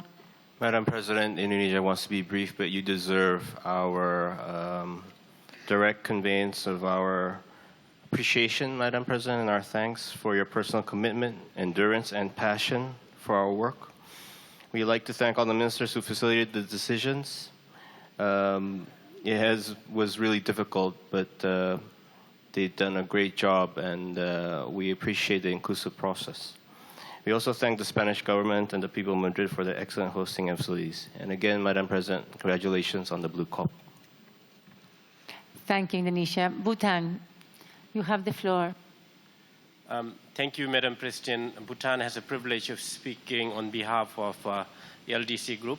We align with the statement made by State of Palestinian on behalf of G77 in China. Briefly, Madam President, we would like to thank you for your leadership and guidance these past weeks, especially during final hours at this session.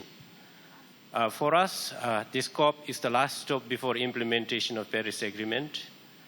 We are able to make good progress, but we have also left behind a few important items for next session.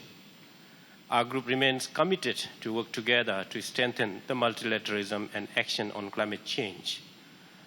A longer version of the statement will be submitted online so that our friends in civil society gets time to share their views, as well as I need to go and catch my flight. Thank you very much. Thank you, Bhutan. Malaysia, you have the floor. Thank you, Chair. Malaysia is speaking on behalf of like-minded developing countries. We'd like to associate ourselves with all the statements made before this, and we'd like to congratulate you for your leadership, energy, and commitment towards this COP. And we also like to thank the team behind you, the Secretariat, the Chilean government, and the Spain government for the wonderful hospitality. We too will post our full text online, but before I leave, I would like to just mark that 14 December is the one-year anniversary of the passing of one of the convention founders, a wonderful friend, and one of the convention's greatest stalwarts, Madame Ditas. We like to remind the world of what she said. There's so much at stake. Get it right, and the world has the chance to both halt the catastrophic climate change and find better path to develop. Get it wrong, and all injustice and disadvantages that developing countries now face will be magnified 1,000 times in the coming years. Let us honor her spirit and respect what she stood and fought for her entire life, which is equity, fairness, and justice.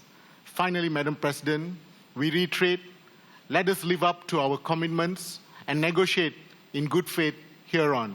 Thank you very much. Thank you a lot. Costa Rica, you have the floor. Señora Presidenta, le agradezco darnos de vuelta la palabra. I'm honored to speak on behalf of ILAC. We would like to support a statement made by the distinguished delegate of Palestine on behalf of G77 and China. We will be brief, I promise. We thank that the effort made by Chile in their role as COP presidency and energy that was placed until the very last moment. And to your delegation, Madam President, we thank you for your work. ILAC also wants to recognize the great effort Spain, the city of Madrid, and its people made to organize this COP at the last minute. Hemos llevado a cabo nuestra conferencia en un ambiente amable, en una ciudad bella y en unas instalaciones tan bien puestas que jamás notamos que se montaron en un mes. Por eso, gracias. Thank you, ILAC. You're welcome. Belize, you have the floor. Thank you, Madam President. I wish to also associate myself with the comments made by the State of Palestine on behalf of the Group of 77 and China. EOSIS will deliver a statement, a written statement to you. However, I would like to personally extend my appreciation for the extraordinary work you did in convening and executing COP25, and of course, for the support provided by the Kingdom of Spain, our host country. Thank you very much. Thank you, Belize. Liechtenstein, you have the floor. Madam President, I speak on behalf of the Environmental Integrity Group comprising Georgia, Liechtenstein, Switzerland, Monaco, the Republic of Korea, and Mexico. We thank you and your team for your effort and hard work over the last 2 weeks, and Spain for being great hosts. We support you and also the proposal made by Costa Rica. Thank you. Thank you, Liechtenstein. Saudi Arabia, you have the floor. I will deliver the statement in Arabic language. بسم الله الرحمن الرحيم. السيدة الرئيسة، السيدات والسادة رؤساء اللجان الفرعية المحترمين، يتحدث وفد بلادي باسم 22 دولة عضو في جامعة الدول العربية. في البداية أتقدم لكم بالنيابة عن المجموعة العربية بالشكر والتقدير على جهودكم المتواصلة للدفع بالمسارات التفاوضية للأمام والعمل مع الدول الأطراف لتحقيق التقدم اللازم. إن المجموعة العربية تتفق مع وتؤيد بيان دولة فلسطين بالنيابة عن مجموعة 77 والصين. السيدة الرئيسة، تؤكد المجموعة العربية على ضرورة الالتزام بالمبادئ الاتفاقية الإطارية لتغيير المناخ، وبالأخص مبدأ العدالة والمسؤولية المشتركة، ولكن متباينة الأعباء وتفعيل هذا المبدأ في حزمة الإجراءات الأنظمة التي يتم التفاوض عليها لتنفيذ اتفاق باريس. وفي هذا السياق تود المجموعة العربية أن يكون مسار العمل متوازن وعادل ليشمل معالجة جميع القضايا الناتجة عن اتفاق باريس، والتي يجب أن تكون على نفس المستوى من الأهمية تحت اللجان الرئيسية والفرعية. وكذلك يجب أن يتم مساواة مخرجات النصوص في مختلف المواضيع بنفس الأهمية، وأن لا يكون هناك تمايز في تقدم مستوى النصوص أو صياغتها، والتي قد تؤثر سلباً على مستوى التوازن في تطبيق اتفاق باريس. السيدة الرئيسة، ترحب المجموعة العربية بالاتفاق على خطة العمل للسنوات الست القادمة للمنتدى ولجنة كاتوفيتسي للخبراء، وتود التأكيد على أهمية العمل. وفي الختام، السيدات والسادة رؤساء اللجان الرئيسة، نتطلع للاستمرار تحت قيادة رؤساء اللجان الفرعية في جلسة اللجان الفرعية المشتركة القادمة في بوم بنفس روح العمل والتعاون للوصول إلى مخرجات تصب في مصلحة الجميع، مع تمنياتنا بالتوفيق للمملكة المتحدة في رئاستها القادمة لمؤتمر الأطراف ال26. شكرا جزيلا. Thank you, Saudi Arabia. I now turn on to the NGOs, representatives, and EPO farmers. You have the floor.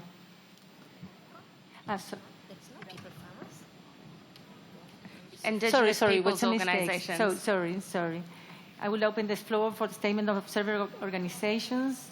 I would like to give the floor to a representative speaking on behalf of indigenous peoples' organizations. You have the floor.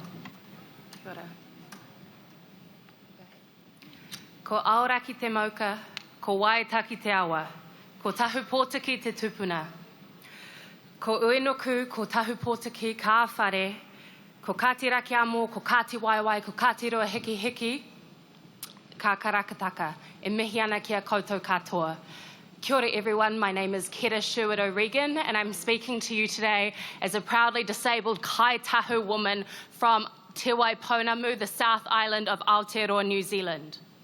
When I introduce myself in this way, I am connecting to my family, to my ancestors, to my waters, my rivers, and to our chiefly ancestral mountain Aoraki, who stands amongst his brothers as the tallest peak in the Southern Alps, which are currently melting due to your inaction.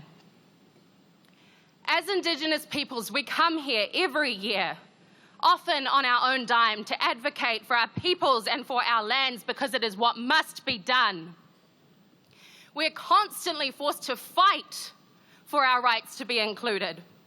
And while we acknowledge the importance of the local communities and Indigenous peoples platform work plan being adopted at this session, we can't help but feel the irony of your refusal to include human rights and Indigenous peoples' rights in Article 6, when we know that market approaches have already directly harmed our communities. Our knowledge cannot be upheld if our rights are not upheld. You treat negotiations like a zero-sum game where you make deals behind closed doors, trading off our rights for the profits of the very corporations who caused this problem in the first place. But you forget that we cannot negotiate with nature. Since the colonial project began, we have been overcoming an apocalypse on our lands. This has embedded patriarchy, homophobia, ableism, transphobia, white supremacy, and systemic oppressions in our national and international mechanisms.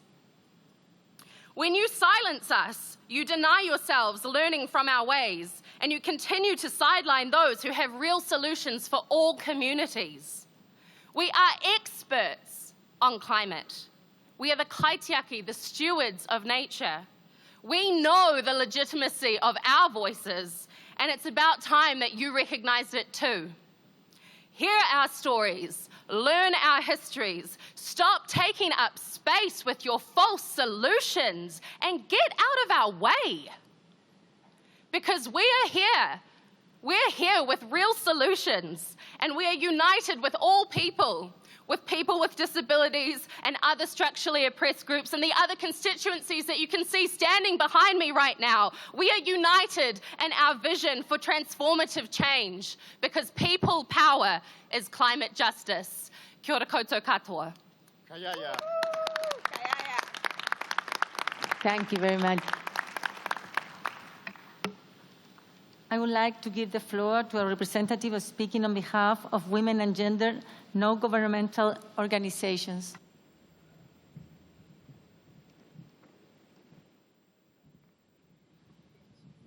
Thank you, Chair. My name is Jolijn Holtz, and I'm speaking on behalf of the Women and Gender constituency. First, we take the opportunity to welcome what we see as one of the strongest outcomes of this COP, the adoption of the Gender Action Plan. We thank parties for pushing for a strong outcome on this. However, at this COP, we saw an unprecedented resistance of parties against acknowledging the interconnections of human rights with every aspect of the negotiations. We heard a resounding call from countries in support of human rights in Article 6 just this morning, which we applaud as we cannot allow any decision on Article 6 to go forward that would infringe on rights and ultimately not advance the goals of the Convention. We expect parties to continue this call going forward. Every time you undermine human rights, you undermine gender equality. Every time an environmental defender is threatened, raped, disappeared, or murdered, the violator is you. Your commitments to patriarchy, capitalism, militarism, colonialism, racism, and ecocide are the only ones you have made and which you support with real finance. Until these systems of oppression are dismantled, which lock out peaceful protesters and communities, including indigenous peoples and women, from real participation and decision-making, until the root causes of this climate catastrophe are reckoned with, we will be here. You will hear our voices raised in solidarity. You will see our bodies in the halls and on the streets and on the front lines. You took the COP away from the people of Chile and Latin America, but you cannot silence us. You cannot silence the people. You cannot silence women, nor indigenous peoples, nor migrants, nor workers, nor peasants, nor lesbian, gay, bisexual, transgender, non-binary, gender non-conforming, queer, intersex, and two-spirited people. You cannot silence people of color, nor people living with disabilities, nor the elders, and not the youth. You cannot silence or rally and cry for justice, people power, climate justice.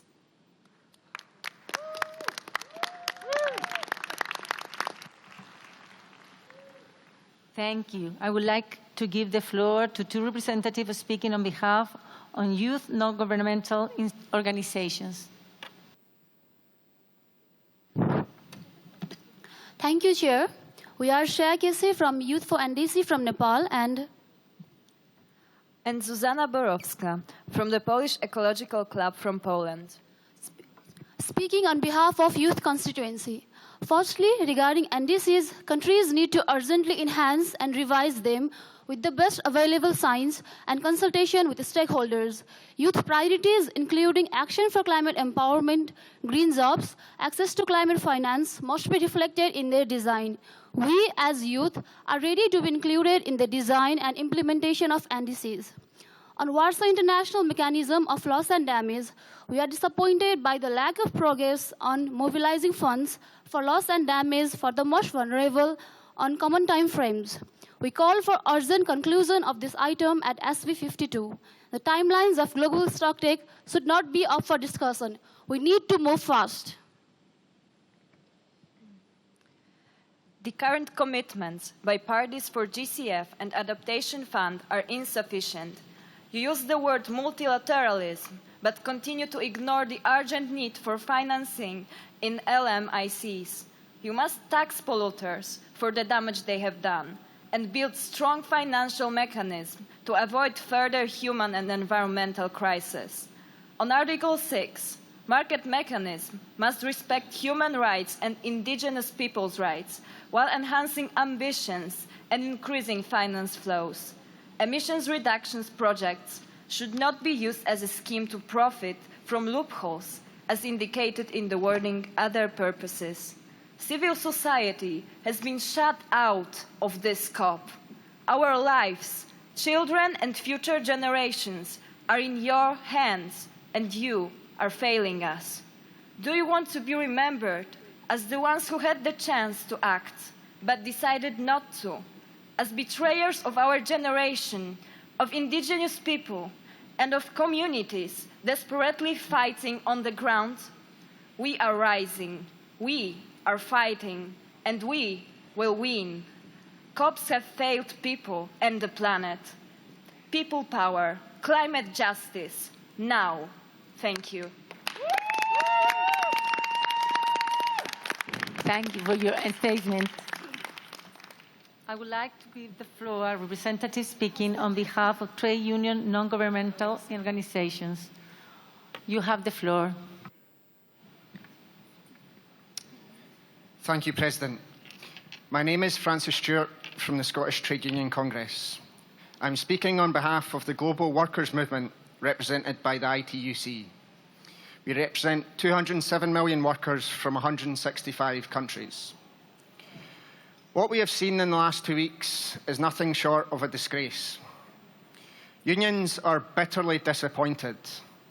We were hoping to see governments agreeing ambitious climate justice policies that responded to the climate emergency that is threatening our lives, our jobs, our livelihoods, our communities, and our dignity. What we have is the polar opposite. Civil society has been locked out, while government backtrack on what has been negotiated over all the years. What we have seen is nothing less than parties trying to dismantle the Paris Agreement. They are much more interested in trading emissions and making money from it than actually reducing them. There is no respect to the science, no respect for human rights, no social justice, no ambition, and no commitments to action. This failure cannot be disentangled from the other crises we see around the world. The rich are getting richer while the poor suffer. This is exacerbated by climate change. Trade unionists are under attack around the world. Governments, including the Chilean government, attack their own people. We need bold, transformative action from governments to pave the way for a just transition. Next year's COP will be in my home city of Glasgow. We need to see climate measures to protect workers' rights and create decent jobs. Workers have to be at the table to negotiate enhanced NDCs, to be ready to be presented in Glasgow, not waiting for other governments to go first or delaying to see how it turns out. We want social protection policies for people that will be impacted. And we want the rich countries to pay up for the climate finance that they have committed to do for so many years but not delivered. None of this is reflected in this COP. This COP has failed the people and the planet.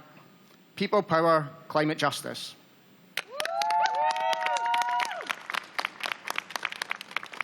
Thank you. I would like to give the floor to a representative speaking on behalf of business and industry non-governmental organizations. You have the floor. Distinguished delegates, ladies and gentlemen, my name is Tennant Reid of the Australian Industry Group. It's my honour to address you on behalf of the business and industry constituency at this meeting. We commend the Chilean presidency for their leadership, Spain for providing an excellent venue and seamless logistics at short notice, as well as all of you for your intensive efforts. These have not gone unnoticed, and we thank you. This conference has been centred around finalising the Paris rulebook and about commitment to increasing ambition. As we saw throughout the 2 weeks and at Wednesday's announcement of the Climate Ambition Alliance, businesses of every size across every geography and sector are rising to the challenge and setting the pace through ambitious commitments and actions. We are pleased to see that 84 countries also signed up to the Climate Ambition Alliance, signalling their intention to work towards enhancing their NDCs. We can all agree that while this is a good step forward, This is simply not enough to meet the goals of the Paris Agreement. We call on all parties to commit to enhance their NDCs, making them more ambitious and accelerating their implementation. This is essential to drive us further and faster in meeting the climate challenge. Business is ready to work with you in the development, implementation and review of enhanced NDCs. We've stressed the importance of finalising the outstanding matters related to the Paris Rulebook as vital to enhanced ambition and implementation, in particular providing strong and efficient rules that can unlock the potential of Article 6. We express our deep disappointment with the inability to finalise Article 6 at this meeting, despite your intensive efforts. We must not let Article 6 wither on the vine. Many of you here seem to agree. Clear rules, environmental integrity and robust accounting are essential to creating the market confidence needed to unlock investment, ambition and greater mitigation. You must continue to press to complete the rulebook over the coming year and to finalise it at COP26 in Glasgow. And you must go further. We are pleased to hear that some parties will pursue cooperative approaches through their own partnerships under key principles of the Paris Agreement, ensuring transparency, accountability, avoiding double counting, and most importantly, upholding environmental integrity. In 2020, we all have a central job to do. Act with urgency and speed to deliver concrete actions that put us on the right trajectory towards net zero global emissions. Excellencies, distinguished delegates, ladies and gentlemen, we hope that the knowledge we've exchanged, relationships we've built and sense of purpose we have strengthened here in Madrid will carry us forward to Glasgow and beyond. Thank you. Thank you. I would like to give the floor to a representative of on behalf of research and independent non-governmental organizations. You have the floor. Gracias, señora presidenta. I have the pleasure to speak on behalf of the Ringo constituency. The Ringos would like to start by expressing appreciation for the Chilean COP presidency's recognition of the importance of putting science at the center of COP25. We also applaud the first ever virtual meeting of country science ministers in conjunction with the COP. However, we regret any dilution of science in the text. Through 25 years of COPs, plentiful technical solutions for mitigation and adaptation, as well as finance and market mechanisms have been developed, linking research with innovation. It is now time to put research and the agreement into action. We welcome very much the effort, but effort and talk and negotiations are not longer sufficient. We urge us all to return home to implement the details of the Paris Agreement now. Through capacity building, we must give people the tools and empowerment to address climate change in their communities. The research community stands ready to serve as knowledge brokers to explain the regional relevance of the scientific evidence and COP decisions in our home communities and countries. We are also prepared to help the transformation of knowledge into day-to-day practice. The Ringos encourage the private and the public sectors to engage in climate action and move to a more circular economy. Do not waste time. Do not waste our time. In conclusion, the Ringos would like to express our sincere gratitude to the governments and people of Chile and Spain for pulling together COP25 in such a short time. This was a good example of how the global North and South can come together and accomplish a great task, a metaphor for what we need to do to advance the provisions of the Paris Agreement and COP25. Thank you very much. Thank you. I would like to give the floor to two representatives speaking on behalf of environmental non-governmental organizations. You have the floor. My name is Adam, and I'm here to speak to anybody who carries in their heart some hope of climate justice, some hope of a livable future. I know that you're all tired, because we for sure are. We are tired of governments siding with the polluters. We are tired of our lives being negotiated away for money. The people are tired of being ignored, while a handful of wreckers and bullies negotiate in bad faith. We know that until we get them out of power, they will continue to sabotage our future. Our government spent 2 weeks focused on carbon trafficking above all else. A few of them focused on cheating while carbon trafficking, but they all thought of convoluted schemes which are unjust and ineffective. Yet you ignore the clear and simple solutions, like leaving fossil fuels in the ground. It's really not complex. We need to stop frying our planet, and we need to provide support to those who are staring down the barrel of the climate crisis, the barrel of devastation. Millions of us around the world are rallying, striking in the streets, demanding real and fair solutions and the right to a dignified life, because we will never accept crumbs of a future, and we will make the polluters pay. This COP has failed the people and the planet. People power, climate justice. Thank you. My name is Sebastian Deck, and I'm speaking on behalf of the Climate Action Network. Cannes has followed these climate negotiations since they started in 1991, and never before witnessed such a disconnection between what the science and the people demand and what governments are delivering. We witness an almost complete absence of ambition and urgency from all the large emitters. And then to hear that one country blocked language on addressing this gap is obnoxious.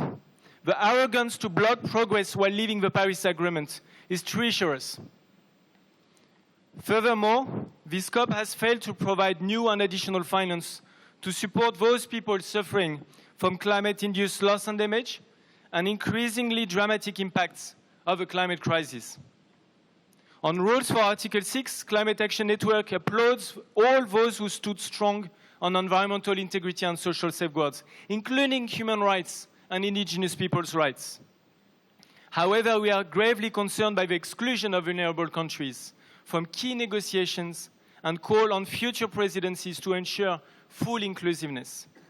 But as governments screw up, people rise up. COP25 has not delivered, but we will return stronger in 2020. We will rise and unleash unprecedented movements if governments keep failing the people and the planet. We are closing ranks with the unions, with the climate justice movements, with the indigenous peoples, with the faith-based communities, and with the youth.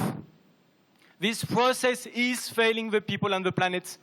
People power, climate justice.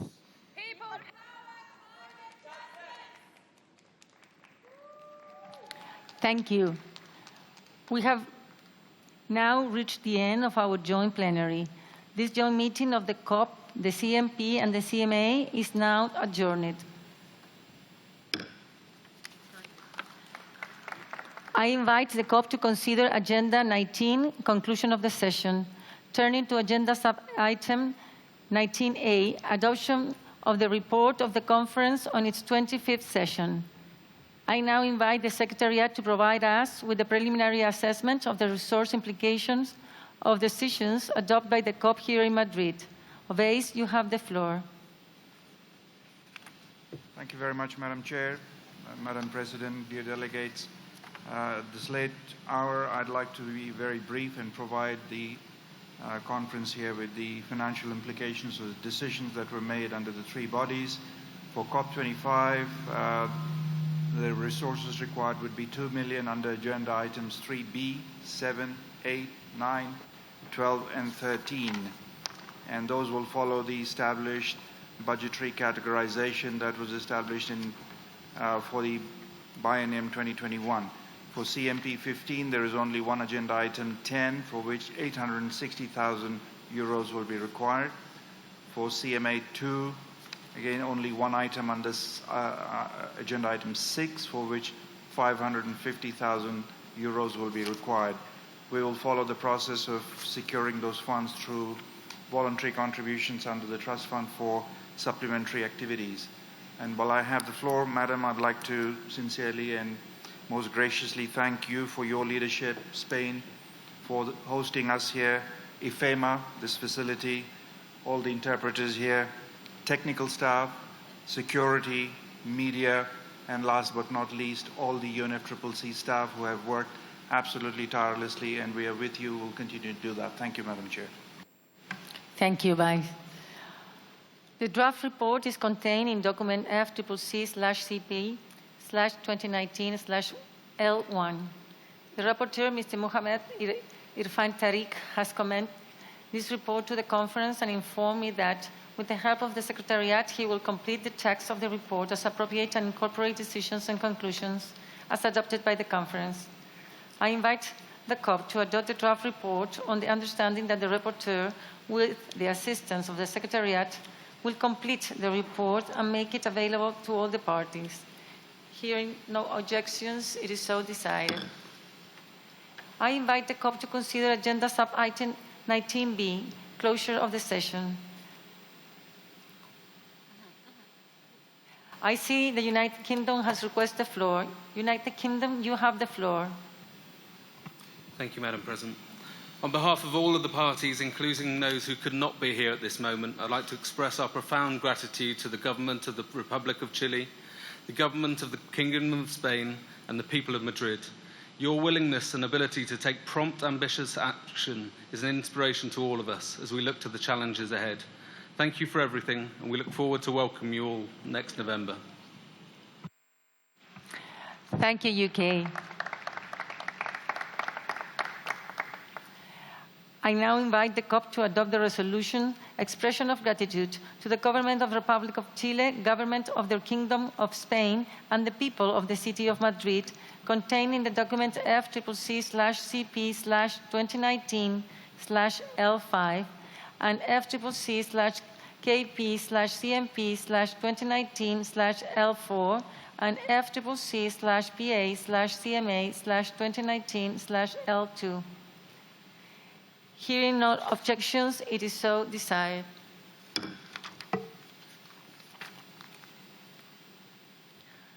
After many long hours, this brings us all to the end of the COP. I declare the 25th session of the Conference of the Parties closed.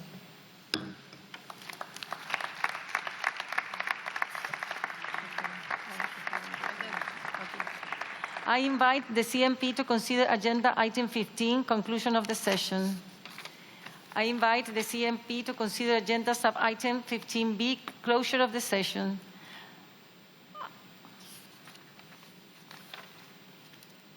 I declare the 15th session of the Conference of the Parties serving as the meeting of the parties closed.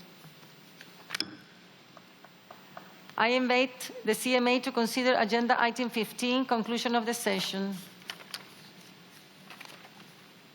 I declare the second session of the Conference of the Parties serving as the meeting of the parties closed.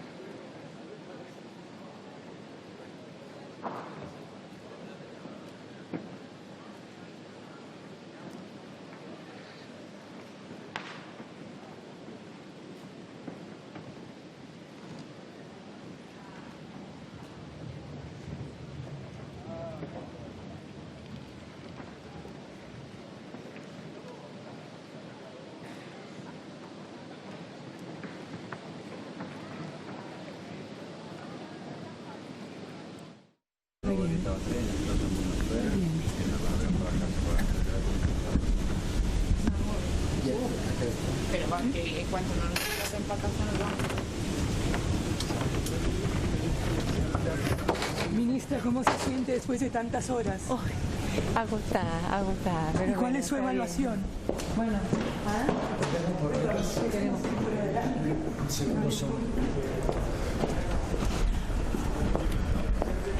Bueno, yo creo que se ha hecho un esfuerzo muy importante por avanzar, pero claramente necesitamos más voluntad política para poder avanzar más. Así que yo creo que eso es lo que tenemos y necesitamos todo hoy. Necesitamos actuar con mayor ambición.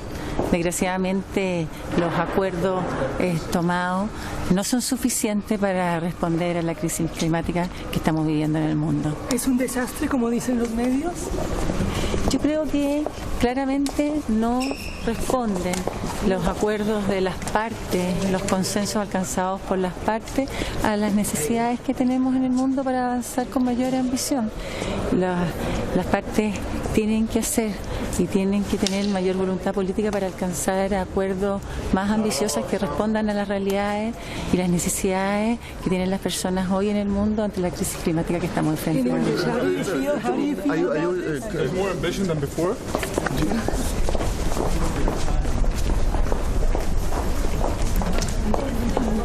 Are you satisfied? Por favor.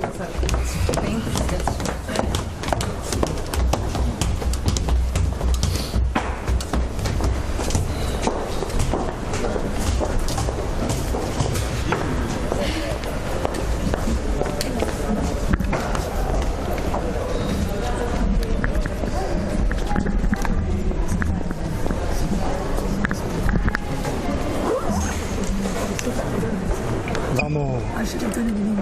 That's fine.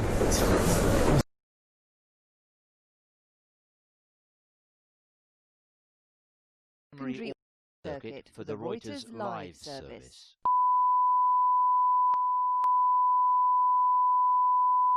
This is the primary audio circuit for the Reuters live service.